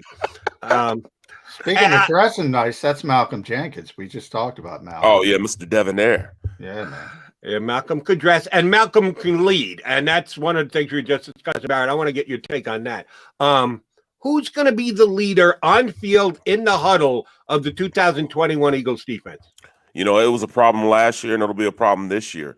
You guys spoke about Rodney McLeod. He wasn't really that leader that you would look to say, all right, we got to go out there and play.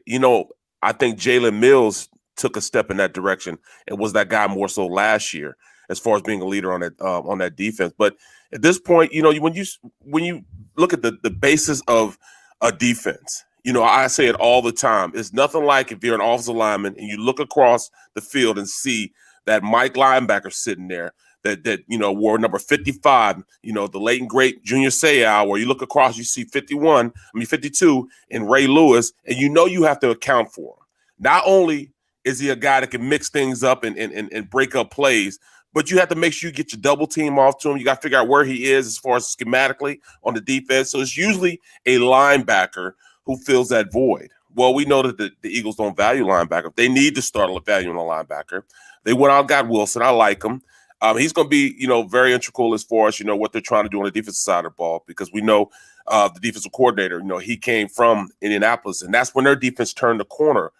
They went out and got Darius Leonard, a really good middle linebacker. Well, you need that type of guy in your system. You can't just rely on your front four to be the guys that, make your system what it is. And that's the difference between a defense that we're going to have this year coming up than we had with Schwartz. Schwartz wanted his guys up front to dictate the tempo, and that's where he set everything else with. We don't know what this defense is going to do. They don't do, a lot of teams don't do that. They want a defense that, you have guys in place that can be difference makers. And I think the middle linebacker position is a difference maker.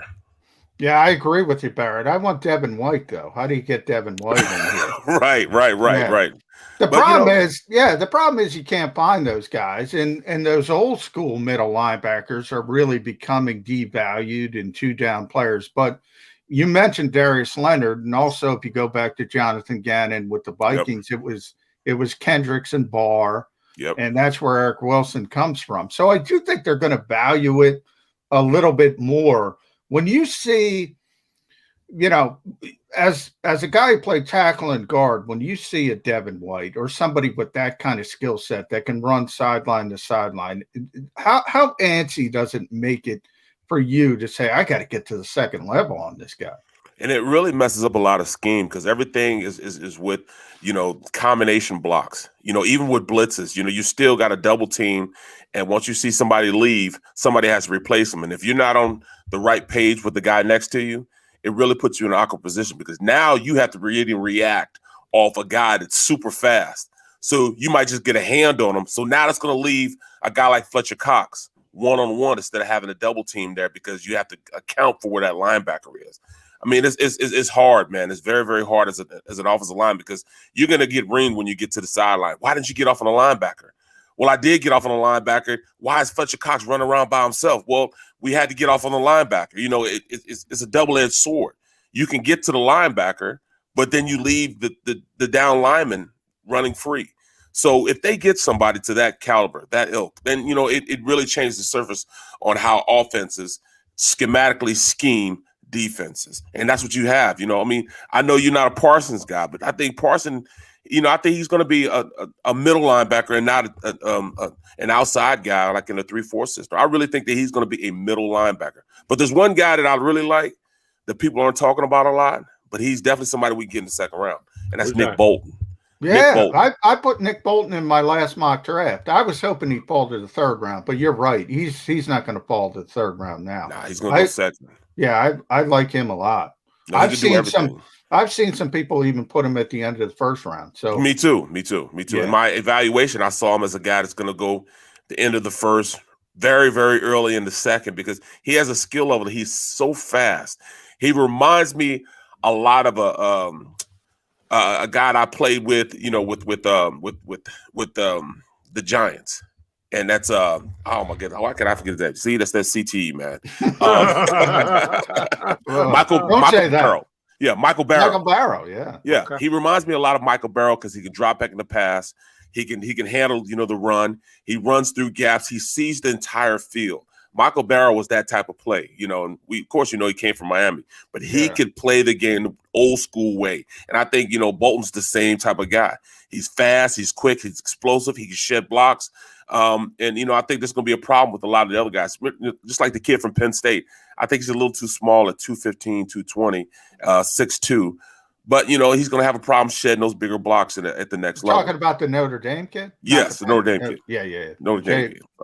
Yeah, he's really athletic. Oh my goodness! He can play safety. You can put him in safety. You can put him anywhere on the field.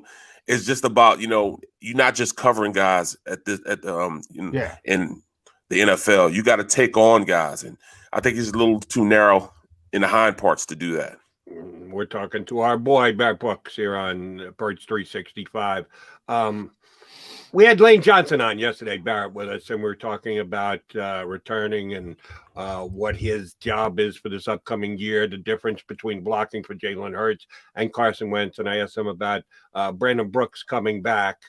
As a former offensive lineman, these two guys have played together. We were just talking about practice sessions, preseason camp and stuff like that. And Lane Johnson and Brandon Brooks don't need that together because they know each other. Hopefully the whole right-hand side of the Eagles offensive line is back and healthy and the like. But they do need to learn to block for the quarterback this year. Certainly Brooks has never done it, and Lane had some opportunity, not a ton, last year when Hurts took over. How much do you have to understand just the wants and desires of your quarterback and how he's going to react, and on a given play that you're going to call, ahead of time how you think it's going to go, when it can break down and the like? How much is the relationship between an offensive lineman and a quarterback? What does it need to be? You have to know who you're blocking for. Like, perfect example, my first couple years in the league, especially my first year, I played with two quarterbacks who were polar opposites. I had Randall Cunningham and Rodney Peete. Now, Pete was a designated pocket passer. He's going to push the ball down the field. He's a smart player. He's going to call plays and get you out of plays you shouldn't be in. That's the type of player he was. Randall was totally different. He called the play, know the play wasn't going to work, but wouldn't change the play because he felt more inclined to use his athletic prowess as opposed to, changing the play. That's two different mindsets. His launch point might be anywhere on the field, and we know exactly where Rodney Pete's going to be. He's going to be exactly where he said. If it's a 7-step, he's going to be right there at 7-step. If it's 3-step, he's going to be a 3-step. 5-step, he's not veering, left or right any more than he has to from that 5-step drop. Well, if you look at Randall, you could whiff your guy and make the biggest late block or wahoo block you could have, and he would fade away, throw it down the field, and it'd be a 80-yard touchdown. But there were also times where I'm blocking a guy for a solid 6-7 seconds, and he's running around for no reason. There's nobody with any pressure on him or anything, but he hasn't thrown the ball yet. So you have to know what your quarterback brings to the table, what he likes, and also certain quarterbacks fade to different sides. If you watch a quarterback drop back, they very rarely just drop straight back. They usually either fade to their backside. So they'll fade to the left side, which is terrible because that's where they put their best pass rushers at. And if you're a left tackle, you hate that on a right-handed quarterback. But they fade to that side. So you have to have a stud at the left side because a guy fade to it. If you have a left-hand quarterback, it's the same way to the right side. They fade a little bit. Look at like Michael Vick. He would always fade to that right side, which is why, you had to have a stud at the right tackle position. So there's a lot of dynamics to what you're doing on the field, with what quarterback you have on the field. Now, Jalen, I think Jalen's going to be the type that, of course he's going to want to run out and use his athletic talent. I think they're going to call plays. They're going to call waggle protections where they pull the right side guard and he's like, he leads them out and he's going to sit there and he's going to throw the ball, try to get it deep. They're going to run play action for him, boot protections for him. But they are going to have to sit back and run drop back passes for him. And if they do that, I think his game can go to another level if they get him in a position where he starts to understand where he's going to be bread and his butter. Maybe they have him build this, connection with the tight end or build a connection, with the slot receiver. They have to start this now. They got to have camp. They got to know, the timing of what the offense is going to be. We kind of know the plan on the offensive line, Barrett. One of the few, if everybody's healthy, we know Lane's going to be there, Brandon's going to be there, Jason, Isaac, Sayamalo. Left tackle, though, we don't know. We don't know quite yet. So where are you in the Jordan Mailata, Andre Dillard discussion? A lot of people have given up on Andre Dillard. He was going to be the left tackle last year. Yes, he was going to be the left tackle. If he didn't tear his bicep. So did Jordan Mailata do enough to say at least start work as being the first team guy, or you think they default to Andre Dillard in the first round pedigree and give him one more opportunity? They're going to give him opportunity, but what I saw last year, and I think the turning point for me when I was thinking that, all right, he's, Jordan Mailata's finally put the ukulele down, become a player, is when he's playing. He's a hell of a singer, by the way. Right. But I just don't need that. Wait till you retire for that. It was the Dallas game. And he figured out, wow, if I put my hands on people and I start choking people and dominating people, I feel pretty good about myself. I like this. He started manhandling Lawrence. And I was like, you know what? This is what I needed to see. He started throwing him around a little bit. And he saw that he could finish plays. And once a player gets that in his head that, all right, I'm a dominant player and I can finish plays, it's going to make him a better player. He wasn't doing that before. I think he was thinking through stuff too much, Now he understands the sets. He's finally an offensive lineman and not just a great athlete. With Dillard, I don't know. I can't say that Dillard would be a guy that he's so athletic. He's so athletic. I know, man, but you can't buy a heart. It's not like you go see the Wizard. Yeah. You can't go see the Wizard and get the heart. I've never seen a guy more happy to be injured and put on IR than I saw Dillard. I'm like, Why is he skipping Wow. around? You know what I'm saying? Wow. It was almost like the sound of music was flowing through his head when he was on the sidelines with that sling on last year. I'm like, come on, now, are you kidding me? He was happy to be on IR because it didn't feel to me. I'm just talking about me that he really wanted to play. That's just me though. You know, he said all the right things, but your body language and what you do on the field tells. The eye in the sky will never lie. And I saw a guy that didn't want to play. That better change going into this year. And by the way, I'll answer the question that John posed to you. Real simple. And this will be one of those first tests for the new coaching staff that I'll use leading into the season. There's no doubt in my mind the way left tackle should be handled. It's an open competition. How much have we used the word competition this year? Going back to Carson Wentz didn't want to compete for his job. Get me the hell out of here. And it basically threw the entire Eagles offseason into turmoil. Both he and Howie are on the record. Competition is important. We're all about competition. It's all about. Well, and how is it anything but an open competition? There shouldn't be a starting left tackle and a 1 or 1A. No, it's not to be determined. It'll be determined on the field. Nobody should go in with a head, a nose in front, or a lead to the job. May the best man win. You have the entire preseason, and I think they will get preseason games in this year. Whoever comes out of camp as the best guy, that's the starter week 1. It's plain and simple. Sound like I've been in the National Football League for decades as an offensive lineman, but I do feel strongly about that one. But Barrett, let me ask you this. You mentioned last year Mailata showing you something by laying hands on a defensive lineman. You're a couple of years removed now from the league. And John and I were talking earlier about comparing Jim Schwartz with Jim Johnson and Bud Carson, and we all acknowledge the game has changed, the rules have changed, the way it's played has changed a lot over the years. How much does it annoy you that they actually let offensive linemen lay hands on defensive linemen? That's just one of the tweaks. It's probably talked about less than hands-off cornerbacks on defense, on offensive pass receivers. But the fact that the offensive linemen are now allowed to use a little hands, and plays that you used to get called for holding on are now just look the other way in the National Football League. Does it bother you as a guy who used to be held to a tougher standard by the rules? I'm going to tell you the truth. I'd probably have been all pro if I could have played in this era. Because, I mean, you could reach out, touch a guy, and bring him into your body. As long as you have him within the framework of his pads and the inside like this, you can hold him all day. You know, if you get him outside, that's where they're going to call it on you. Outside the shoulder pads. But if you get him inside like this, you can literally pull him towards you and hold him like that, and he can't go anywhere. You can do that. And that's a far cry from when I played, man. If you pull them and they could just go like this, act like they're trying to get away, and that's how they would get the fouls called for. Yellow flags everywhere. It's an offensive league, you know that, and the only way that they can allow these quarterbacks to push the ball down the field is if they let go a lot of the line play and be more lenient in their ability to see things. Well, they'd see it, but to call things that they used to call back in the day. I mean, it's a different game. They allow that. But they are restricting the defense a lot more. You can't even touch wide receivers or quarterbacks these days. But on offensive line, it's almost like anything goes. Anything goes.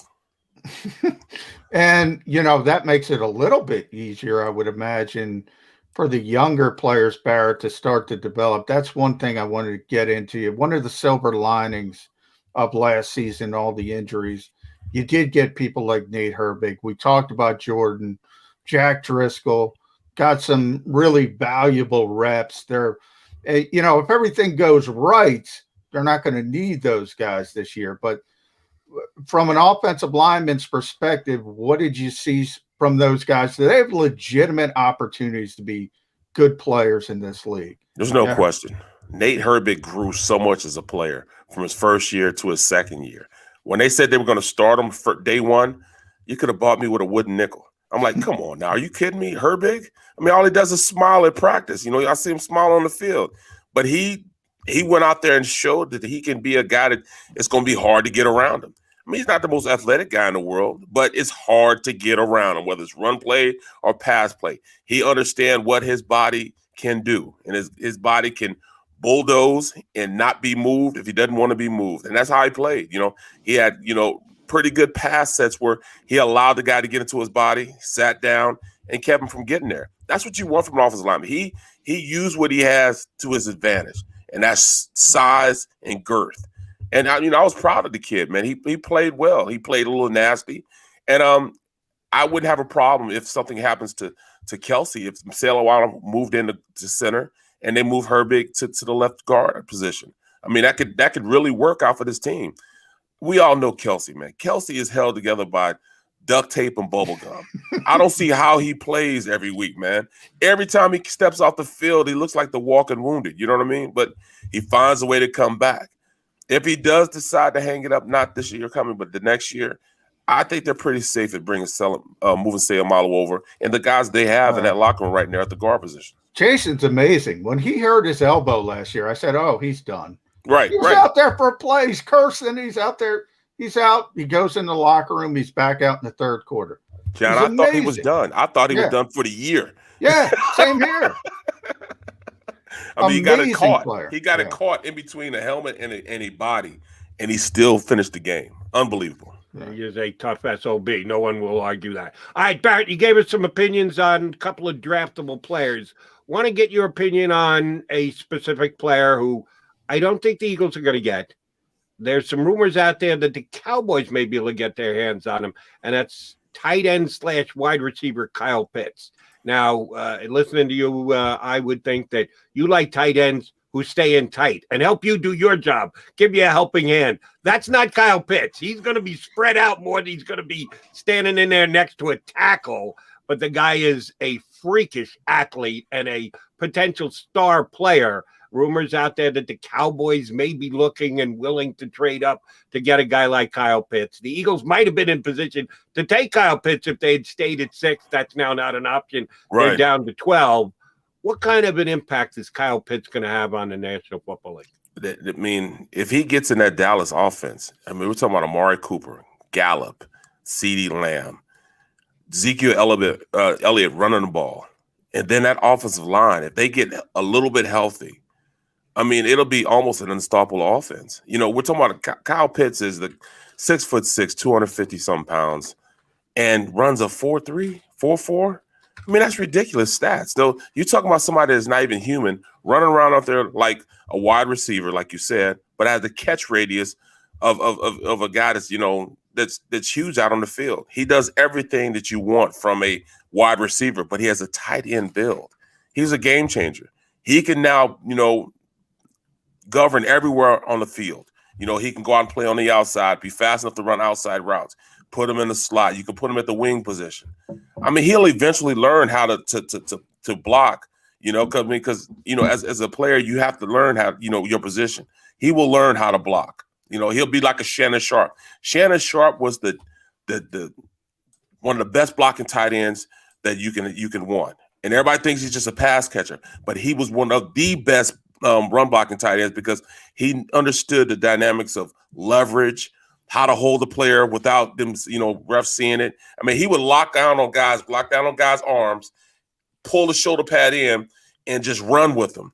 And everybody's like, "Oh, look at Shannon." Well, he's actually cheating, but he knows how to do those type of things. And that's just become, you know, he was one of the veteran tight ends that could do just a lot of things, man.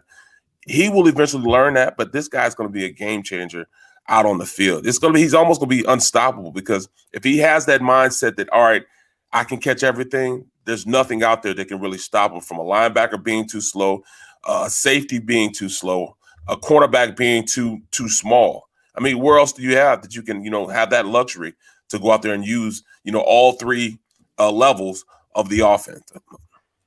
Well, Barrett, you know this team's history better than anybody. When they're in the top half of the draft, it's generally quarterback, offensive line, defensive line. Yep. They poured a ton of assets into the receiver position already. When you look at, they took 3 picks in the draft last year at the position, JJ in the second round in 2019. At number 12 overall, can they even afford, with all the needs they have, to double down and draft another receiver, whether it's one of the Alabama kids or Kyle Pitts does fall as a sort of glorified tight end, which isn't going to happen, but nonetheless, can they even do that at number 12 overall? I think that, when the owner says that he needs to build around the quarterback that's there now, meaning Hurts, is a strong possibility that, if Waddle's there, I think Waddle's better than Smith at this point. I think Waddle's probably the second best receiver in this draft, just what he brings that, just from the speed, his ability to get open and create separation. Those are things that, Smith will have a problem with because, he's fast, but he doesn't have that elite level separation, from the line. He's a little smaller. But hey, there have been guys that have been able to do that. D-Jax did it for years. But, D-Jax also had some injury problems. I think Waddle's one of those special players that his speed will allow him to create that separation just from a player looking at him and saying, all right, I got to give him a little cushion because he's so fast. Just by the nature of his abilities, they'll give him a little cushion so they won't try to jam him off the line. So I think Waddle will do better than, just about any other wide receiver in this draft. Well, of course, Chase, if we could have gotten Chase at number 6, Chase is a generational talent. We're talking about Justin Jefferson should have been the rookie of the year on offense. He had over 1,300 yards. Yeah. And he played second fiddle to Chase in the national championship year 2 years ago. And you see what, Justin Jefferson did. I think Chase is going to be a phenomenal player. He ran a 4.3, huge size. You have to respect the fact that this kid, he can do it all from every position. You can line him up anywhere, and he can play. All right. Add Barrett Brooks to the list of individuals who are under-evaluating Devonta Smith. He's short. He's undersized, doesn't have enough weight, doesn't have the separation that I do. But all he does is win Heisman trophies. And that's all. Yeah, that's all. That's all he does. It reminds me of a guy by the name of Chris Carter. All he did was catch touchdown passes. But he was too slow, though, right? Yeah. You can let him play for my team. I'll take a guy like that. I'm crazy silly like that. All right, so Barrett, what position is it going to be they're going to take? Do you think it's going to be Waddle? Do you think it's going to be a wide receiver when we get there and the draft? Now, I'm asking an impossible question. You need a crystal ball to know what level players they're taking before the Eagles, but when they're on the clock at 12, I'm not even asking you to give me the player, just give me the position. What position are they taking? I truly think they're going to go cornerback, just by the nature of what this division has done. We already have the 3 wide receivers down in Dallas. Look at Samuels went to Washington football team.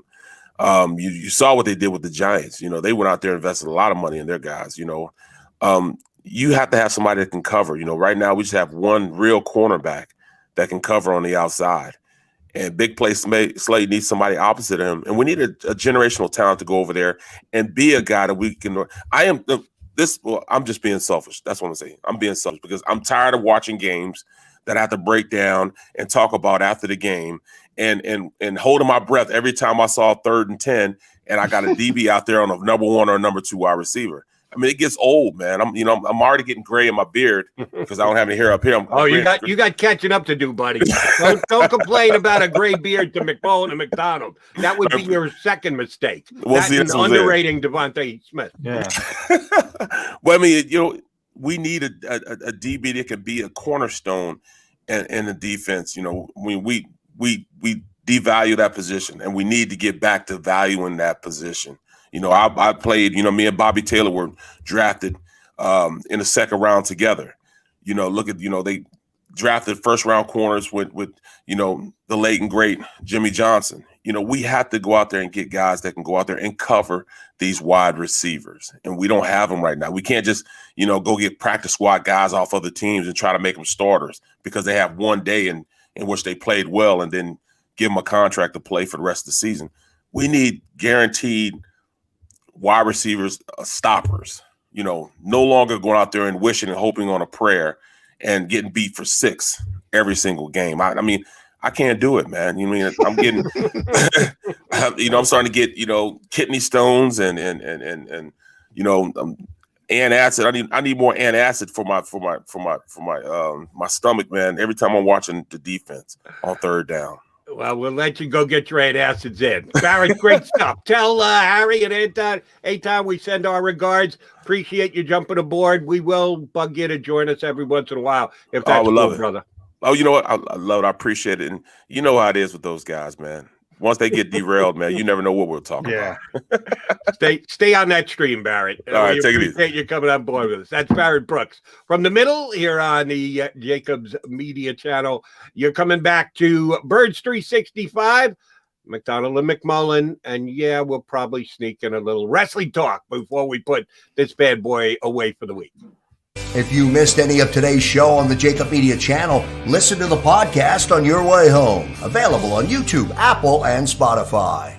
The International Brotherhood of Electrical Workers, Local Union 98, is a proud sponsor of The Labor Show with J. Doc and Krause every Saturday night from 6 till 8 p.m. IBEW Local 98's highly trained and superbly skilled electricians are the best in the business, setting the highest safety standards in the electrical industry. So when you're planning your next industrial, commercial, or residential project, choose an IBEW Local 98 union contractor. Learn more at IBEW98.org.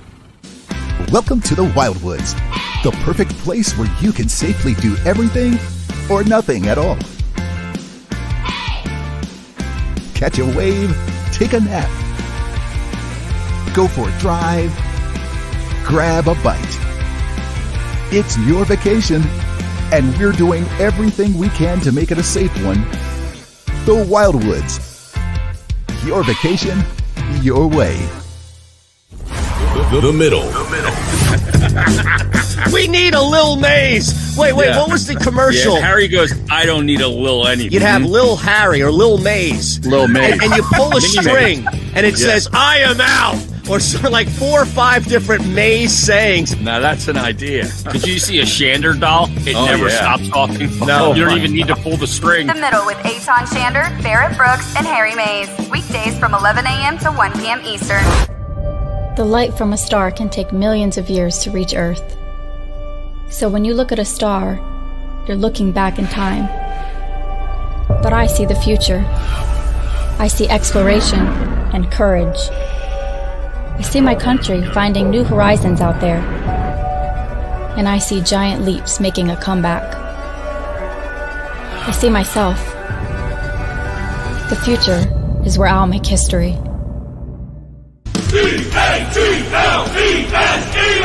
Jody Mack, the legendary sports talker, joins forces with NFL insider John McMullen. Start your morning with Johnny Mack and Jody Mack across the JAKIB Media Network.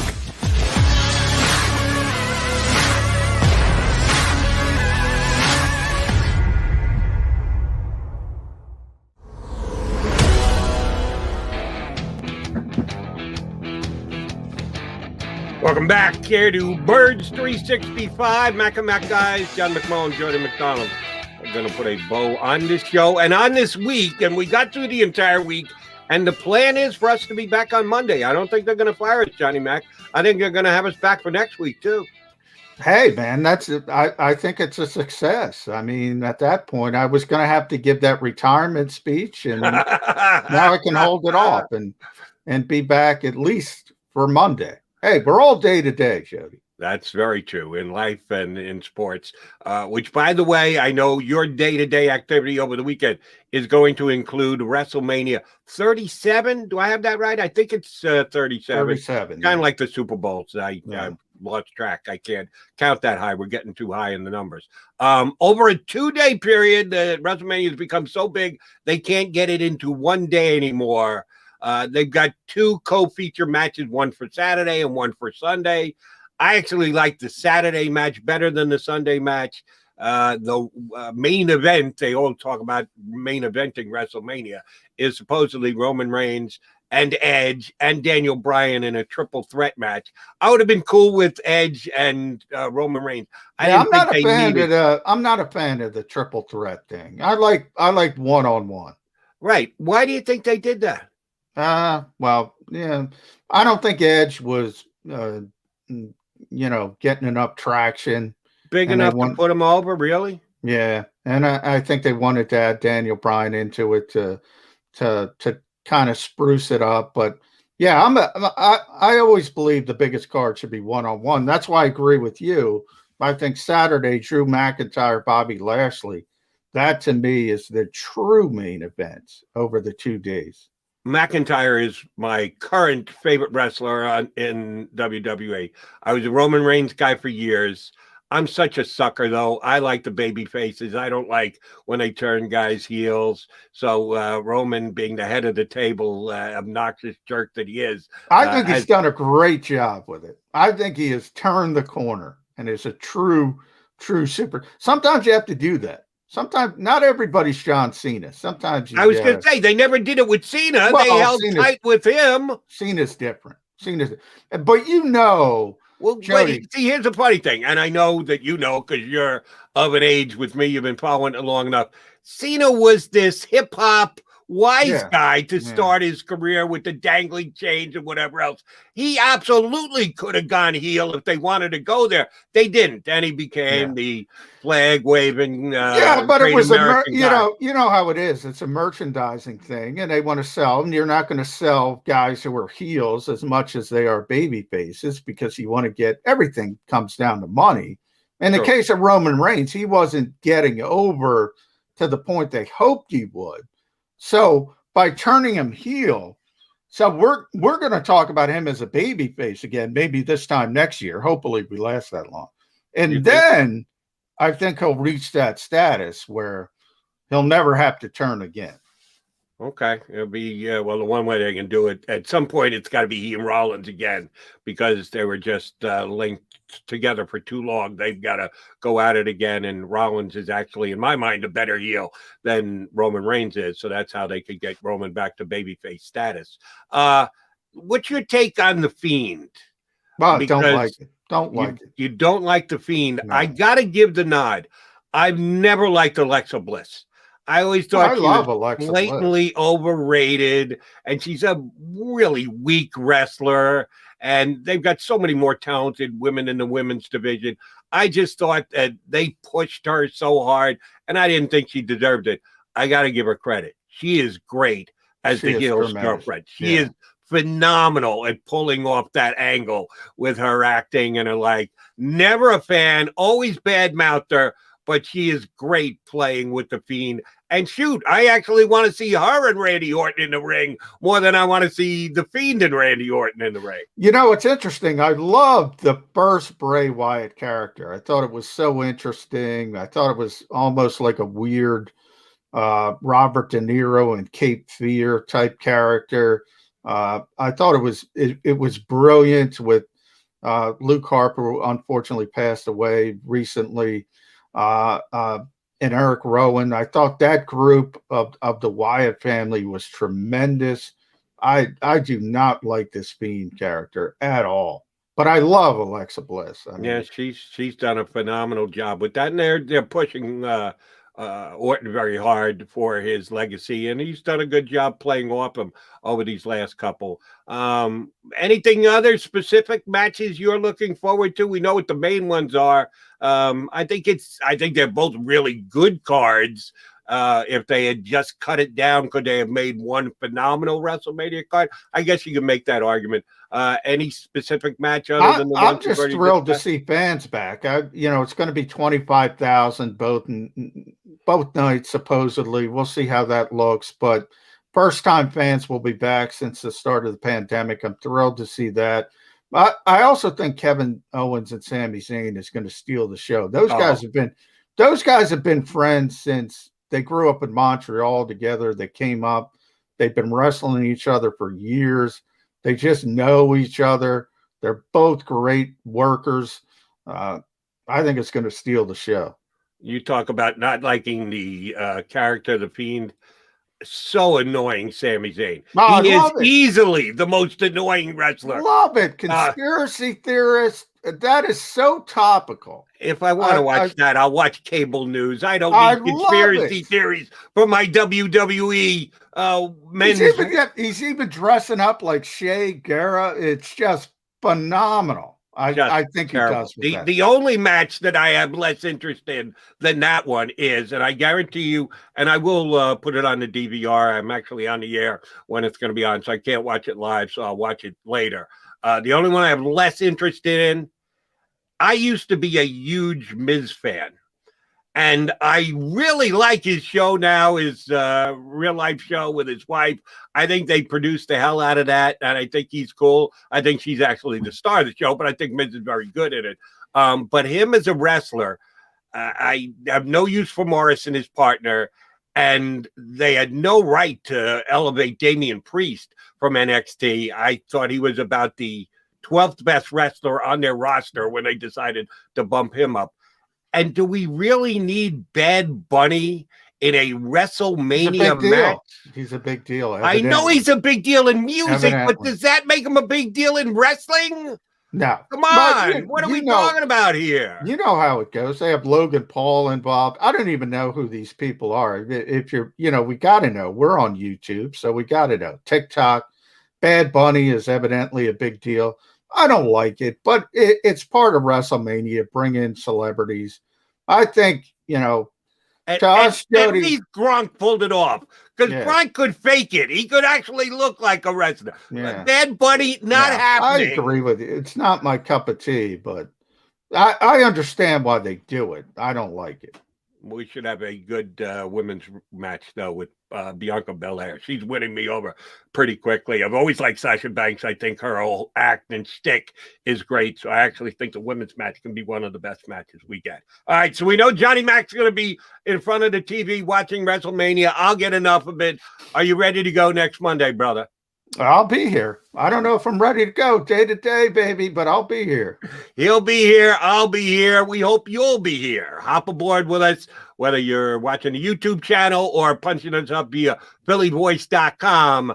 1 week in the books, Birds 365. We'll be back next Monday. We'll catch you then. Have a great weekend, everybody. If you missed any of today's show on the JAKIB Media channel, listen to the podcast on your way home. Available on YouTube, Apple, and Spotify.